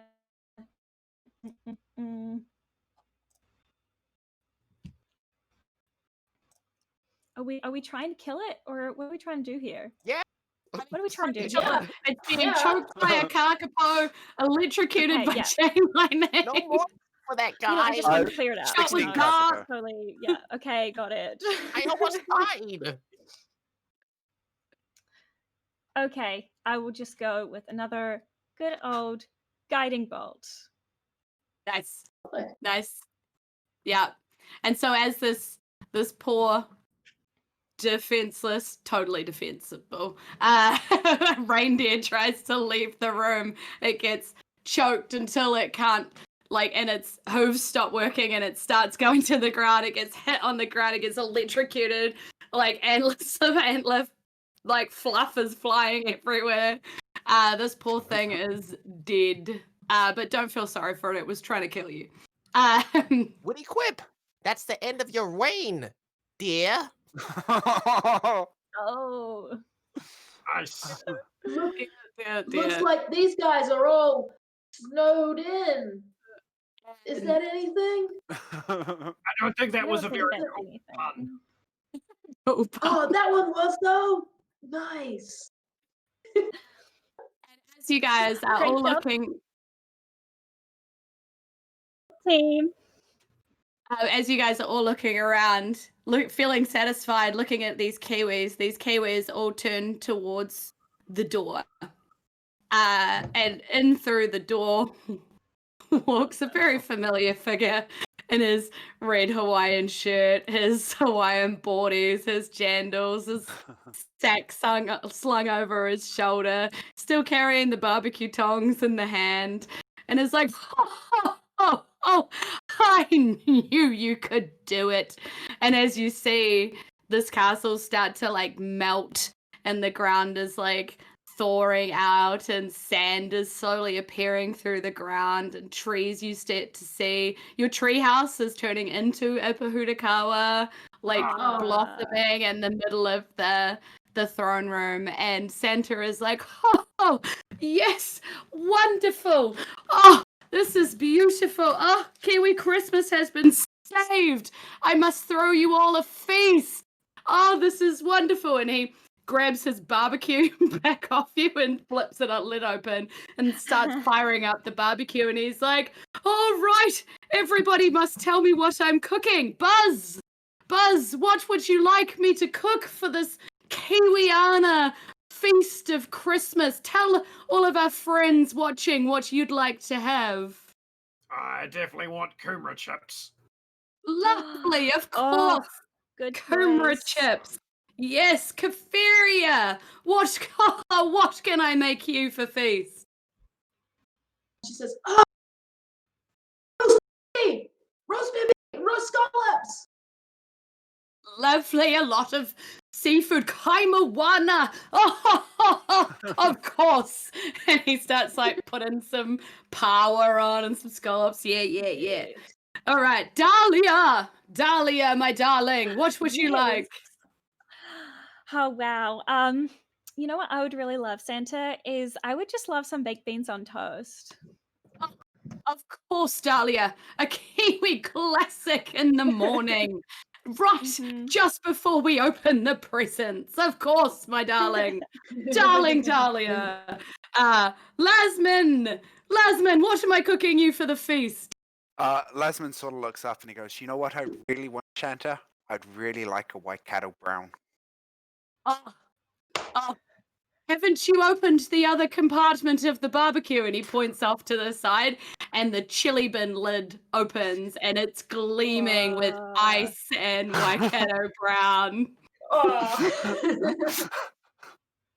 He goes And and cracks one for everyone and tries to hold back the tears. Yeah, he gives you the finger guns and then goes back to barbecuing.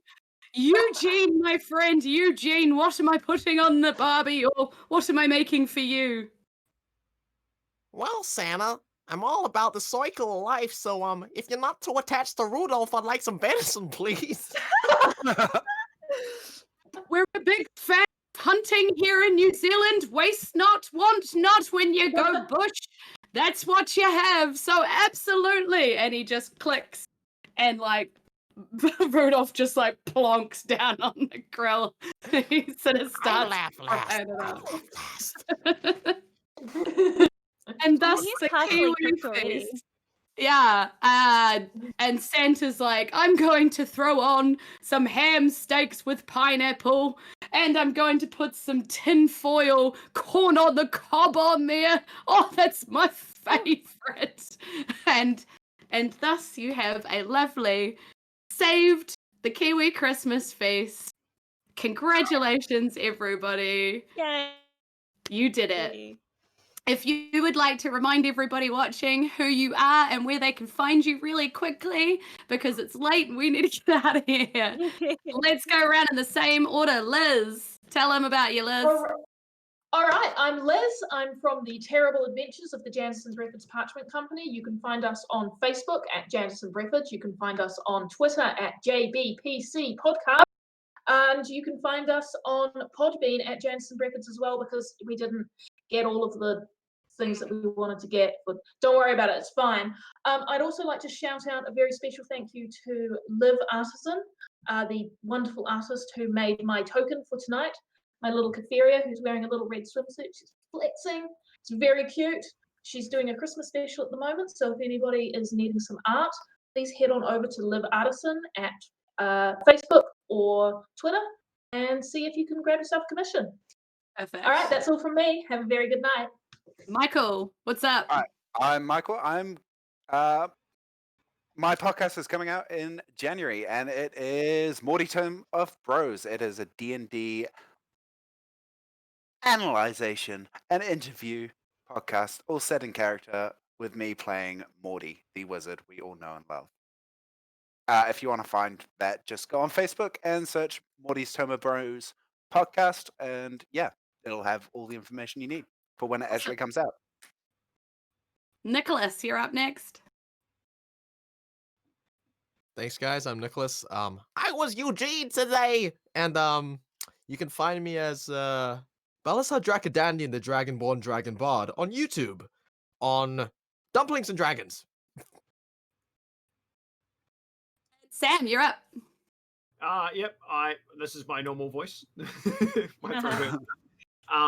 You can find me on YouTube under either Sam Malcolm 01, where I upload a lot of artwork and stuff. I did the art for my token for Buzzcog, and I also run as a DM for Table Tales, which we stream on Twitch on Friday nights, New Zealand time, and we upload our videos onto YouTube under Table Tales 01 because we needed a number, and so 01.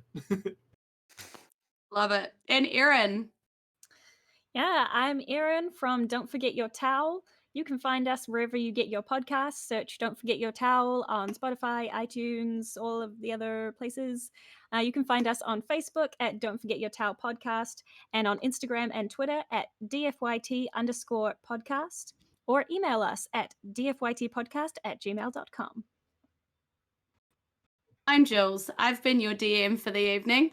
You can find me playing all sorts of characters on Fate of Isen, on Diceratops, guesting other places, and also my own podcast, Julz from NZ, where I talk about New Zealand and some of my RP adventures, which is really, really fun. You can also hire me if you really want me to DM your party. Then you can do that through Questbook. So go have a look at Questbook and get hold of me to come run a game for you. And like I said before, this is all homebrew content, my own creation and my own Santa Claus. And if you're interested in getting your hands on that and running that with your friends, just hit me up. Find me JULZBURGISSER anywhere. Bye, guys. Thank you so much for watching. Thank you, Getting Dicey, for hosting us. Thank you, Dungeon Artificer, for the Santa Claus that you saw today. Amazing work. And thank you, everybody who was listening. Bye, everybody. Bye.